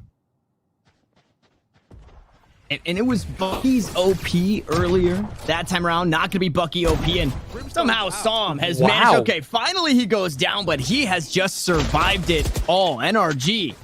The odds have been even in a 4v4. They storm this B site and they push everybody away. Now one flanking from this defender-sided spawn as that spike looks to go down. Blix can be the first to contact here, picks up the kill onto Daps. That's the Sage down and the weapon upgrade. Gun game right in front of our eyes. There is also a Phantom on the board here should they find that kill. EU from downtown with the Stinger doing Stinger things. Fine. Another as Trace trades it back, and it's to the wire. It's to the 1v1. It's up to Shanks to get it done, and NRG are on match point. I said they had the entire map in their hands, but I didn't think it'd come down to a 1v1 with Shanks, Mr. Fourth Quarter himself, having to step up, but he does. This is why he was brought onto the squad. That man, he knows how to finish things up here in Blue High. Again, it's a punch in the gut, man. So close. And such a great response as well. Consider what they had to work with now, Tanner. They had 2 Buckies and 3 Stingers, and yet they made it go down to a 1v1 against what was pretty actually heavy rifles, a heavy buy from NRG. It sucks to lose it like that, but Blue High, they have to go ahead, recoup from their losses, take it in stride, and move on to this next one. They have forced up everything they can, Tanner, and this might be the final hurrah. They need to win these opening fights, and that is their chance squandered. Zill goes down, Tanner. Everybody on this A site going down. It's up to the 3 rotating here from Blue High, and it is looking incredibly dire. That Daps actually buys the attention as well from Hygiene. So that raid's going to be a bit slower to it. Orbital Strike going to go just wide, and Shanks once more. A beautiful headshot onto Blix to try and close it out. EU on the flank. He will fall. But at what cost? The Shock Dart goes through. The kill actually going to get picked up here. Hijinks, the rotating member, able to pick up the paint shell, kills low HP. So this could be it. The judge, the clutch. Is this going to be it? Daps has since rotated over. NRG playing with the clock. He just has to stick it at the very least halfway. He's peeking over towards U-Haul, and he's shot in the back. NRG close it out 2-0. But another respectful attempt from Blue High. Few rounds, 8 between the 2 maps, and yet I still couldn't help but cheer for them because 1, that underdog story is in their favor, but 2, the fashion in which they won some of the few rounds that they did have in their favor was really respectable. Yeah. This is a team that I'm not sure if they're just a pug team put together for the VCT, or if this is a team that's constantly grinding, trying to make things, trying to make deep runs into any tournament that they can enter. But I respect it. I think there's a lot of promise in some of these players, but you're just up against NRG. Yeah. I want to see them grind it out, but at the end of the day, it's a 2-0, and NRG, they will be moving on to the round of 32. I'm not sure who they're facing up against, however. Yeah, I know the bracket. I think I saw in chat during the break that the bracket, all of the websites basically have kind of made it hard to see that bracket. So many clicks and so much traffic to those, so unfortunately, we are unsure as to where they are headed outside of that they're going to the round of 32. And I think what we saw in the round of 64 is exactly what we saw in the round of 128, right? A really strong team playing a team that is still just trying to figure it out. And NRG obviously have put their time in, had their dues, and put their licks in. Same thing goes for 100 Thieves. And as far as 5 Emperors and Blue High, they just go back to the drawing board. The best part about it all is if you don't make top 8 now, you have top 4 in the next open qualifiers and the one following to try and re-qualify. So a handful of chances to make a name for yourself. And I think at the very least, you probably learned a lot from this, right? There's winning and there's learning. Lose is improve. There's so many sayings like that. And when you're playing some of the tier talent, you can go back on a broadcast like this or watch and see what you could have done better. And I think at the end of the day, knowledge is the biggest victory for both of the teams that we saw go home today, and then knowledge to be carried into that next open qualifier. Now, unfortunately, as Ito said, the round of 32 is coming up, but that is going to be tomorrow. Ito, I want to get your thoughts though on kind of the day as a whole. This matchup obviously being fresh on our brains, but jumping back to 100 Thieves and 5 Emperors as well. I obviously wasn't able to watch all the games. I only have so many eyes, and I had to really focus on this one. So I can't really speak for all the other games that went on, the TSM games, the T1, etc., etc. But just for the ones that we saw on stream, there's some promise for sure. 100 Thieves and NRG, these are 2 tournament-winning teams. They have been around the block. They have gotten their licks in, experience across multiple games, I think all of them. It's hard to try to upset when you're a no-logo pug team or a new team or a team that maybe didn't make it super deep into some of the more local tournaments. But this is where you can get that experience, where you can grow, quite honestly. Round of 128 and round of 64, let's be honest here, you're not going to be seeing the most upsets, but we still got some really good games out of this. I'm not going to forget that 13-8 bind between 5 Emperors and 100 Thieves. That was actually a really fun game to watch. There's highlights all around. I mean, lots of respect to the teams that got first rounded or even second rounded here. If you don't move on, that's okay. You have another chance, like you mentioned, but keep your nose to the grindstone. I've said that 3 times today, but this is the final time. I swear. Stick true, and you're going to be happy with your results. That's all I got. I mean, I think that's all that you can hope to do, especially a team, like I said, knowledge is going to be one of the biggest things that you pick up in a loss against some of these stronger teams here, if not the best teams here in the tournament. As we do have our Mike and Ike sweet play of the day queued up for you guys, and it is going to be none other than actually on the losing side of things. I believe we're tossing this one over to Hijinks, getting it done. Oh, well, it's a beautiful graphic and a more beautiful play right here. The final 3 shots with this Bucky. I mean, look at this third one, too. You were talking about how insane the Bucky is. I don't understand. Every bullet must have gone into the head there. He has, like, a homing device. I don't know. It's, like, crazy expensive ammo in order to hit that one here. But with 1 HP, at the end of the day, he did not win that round, unfortunately. Spoiler alert, but I don't know. It's a great play. It's flashy, and it's from an underdog. You always love to see it. Yeah, I think flashy plays, we could even go back to Icebox, and Trace picked up a solid play in their first round win where picks up a 3K, he pre-fires a corner, he kills Shanks, stopping him from defusing, and so I think there is a lot for Blue High to kind of look back on and rejoice about as we see NRG be the team that does move forward. So, I mean, solid across the day as a whole.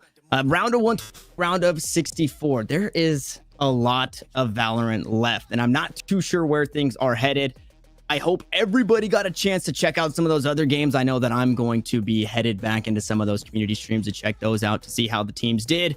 But guys, I don't want you guys to forget one of the huge partners here helping us out for this broadcast in HyperX. We talked about them a bit earlier. We're running it back for you guys. As you can see, Ito holding up the HyperX thing there, guys. And every day, billions of people wake up, eat, and fire up a game. That is just about everybody, I think. Fire up a game as a part of their daily routine, whether it be console or PC, casual, which is a lot of you, or pro. No matter your creed, color, or culture, we're all gamers, and HyperX is always ready to game. You saw Ito holding up the microphone, whether it be headsets, microphones, keyboards, mice, the mouse pad that actually I'm using right now because it's large and in charge. HyperX really gets it done. Now, as far as the day goes, round of 128, by the wayside, we saw 100 Thieves take that 2-0 victory. Round of 64 by the wayside, 2-0 victory going over to NRG. I know that we're not going to be here tomorrow moving throughout the tournament, but based off the 2 teams that we saw today and some teams that we're expecting to see moving forward, what are some thoughts on the round of 32?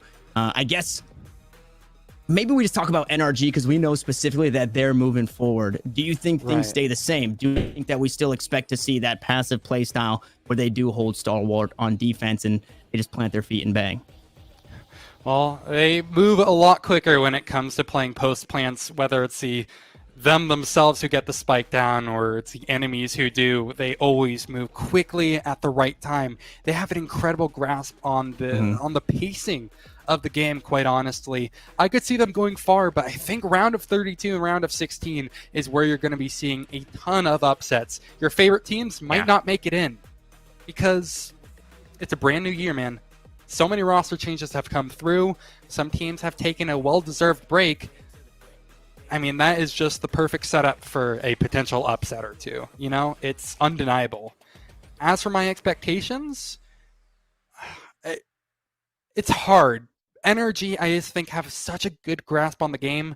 I think they're only getting better with time, and this was no exception. It's a round of 64 team, sure, but man, they looked good while finishing this up 2-0.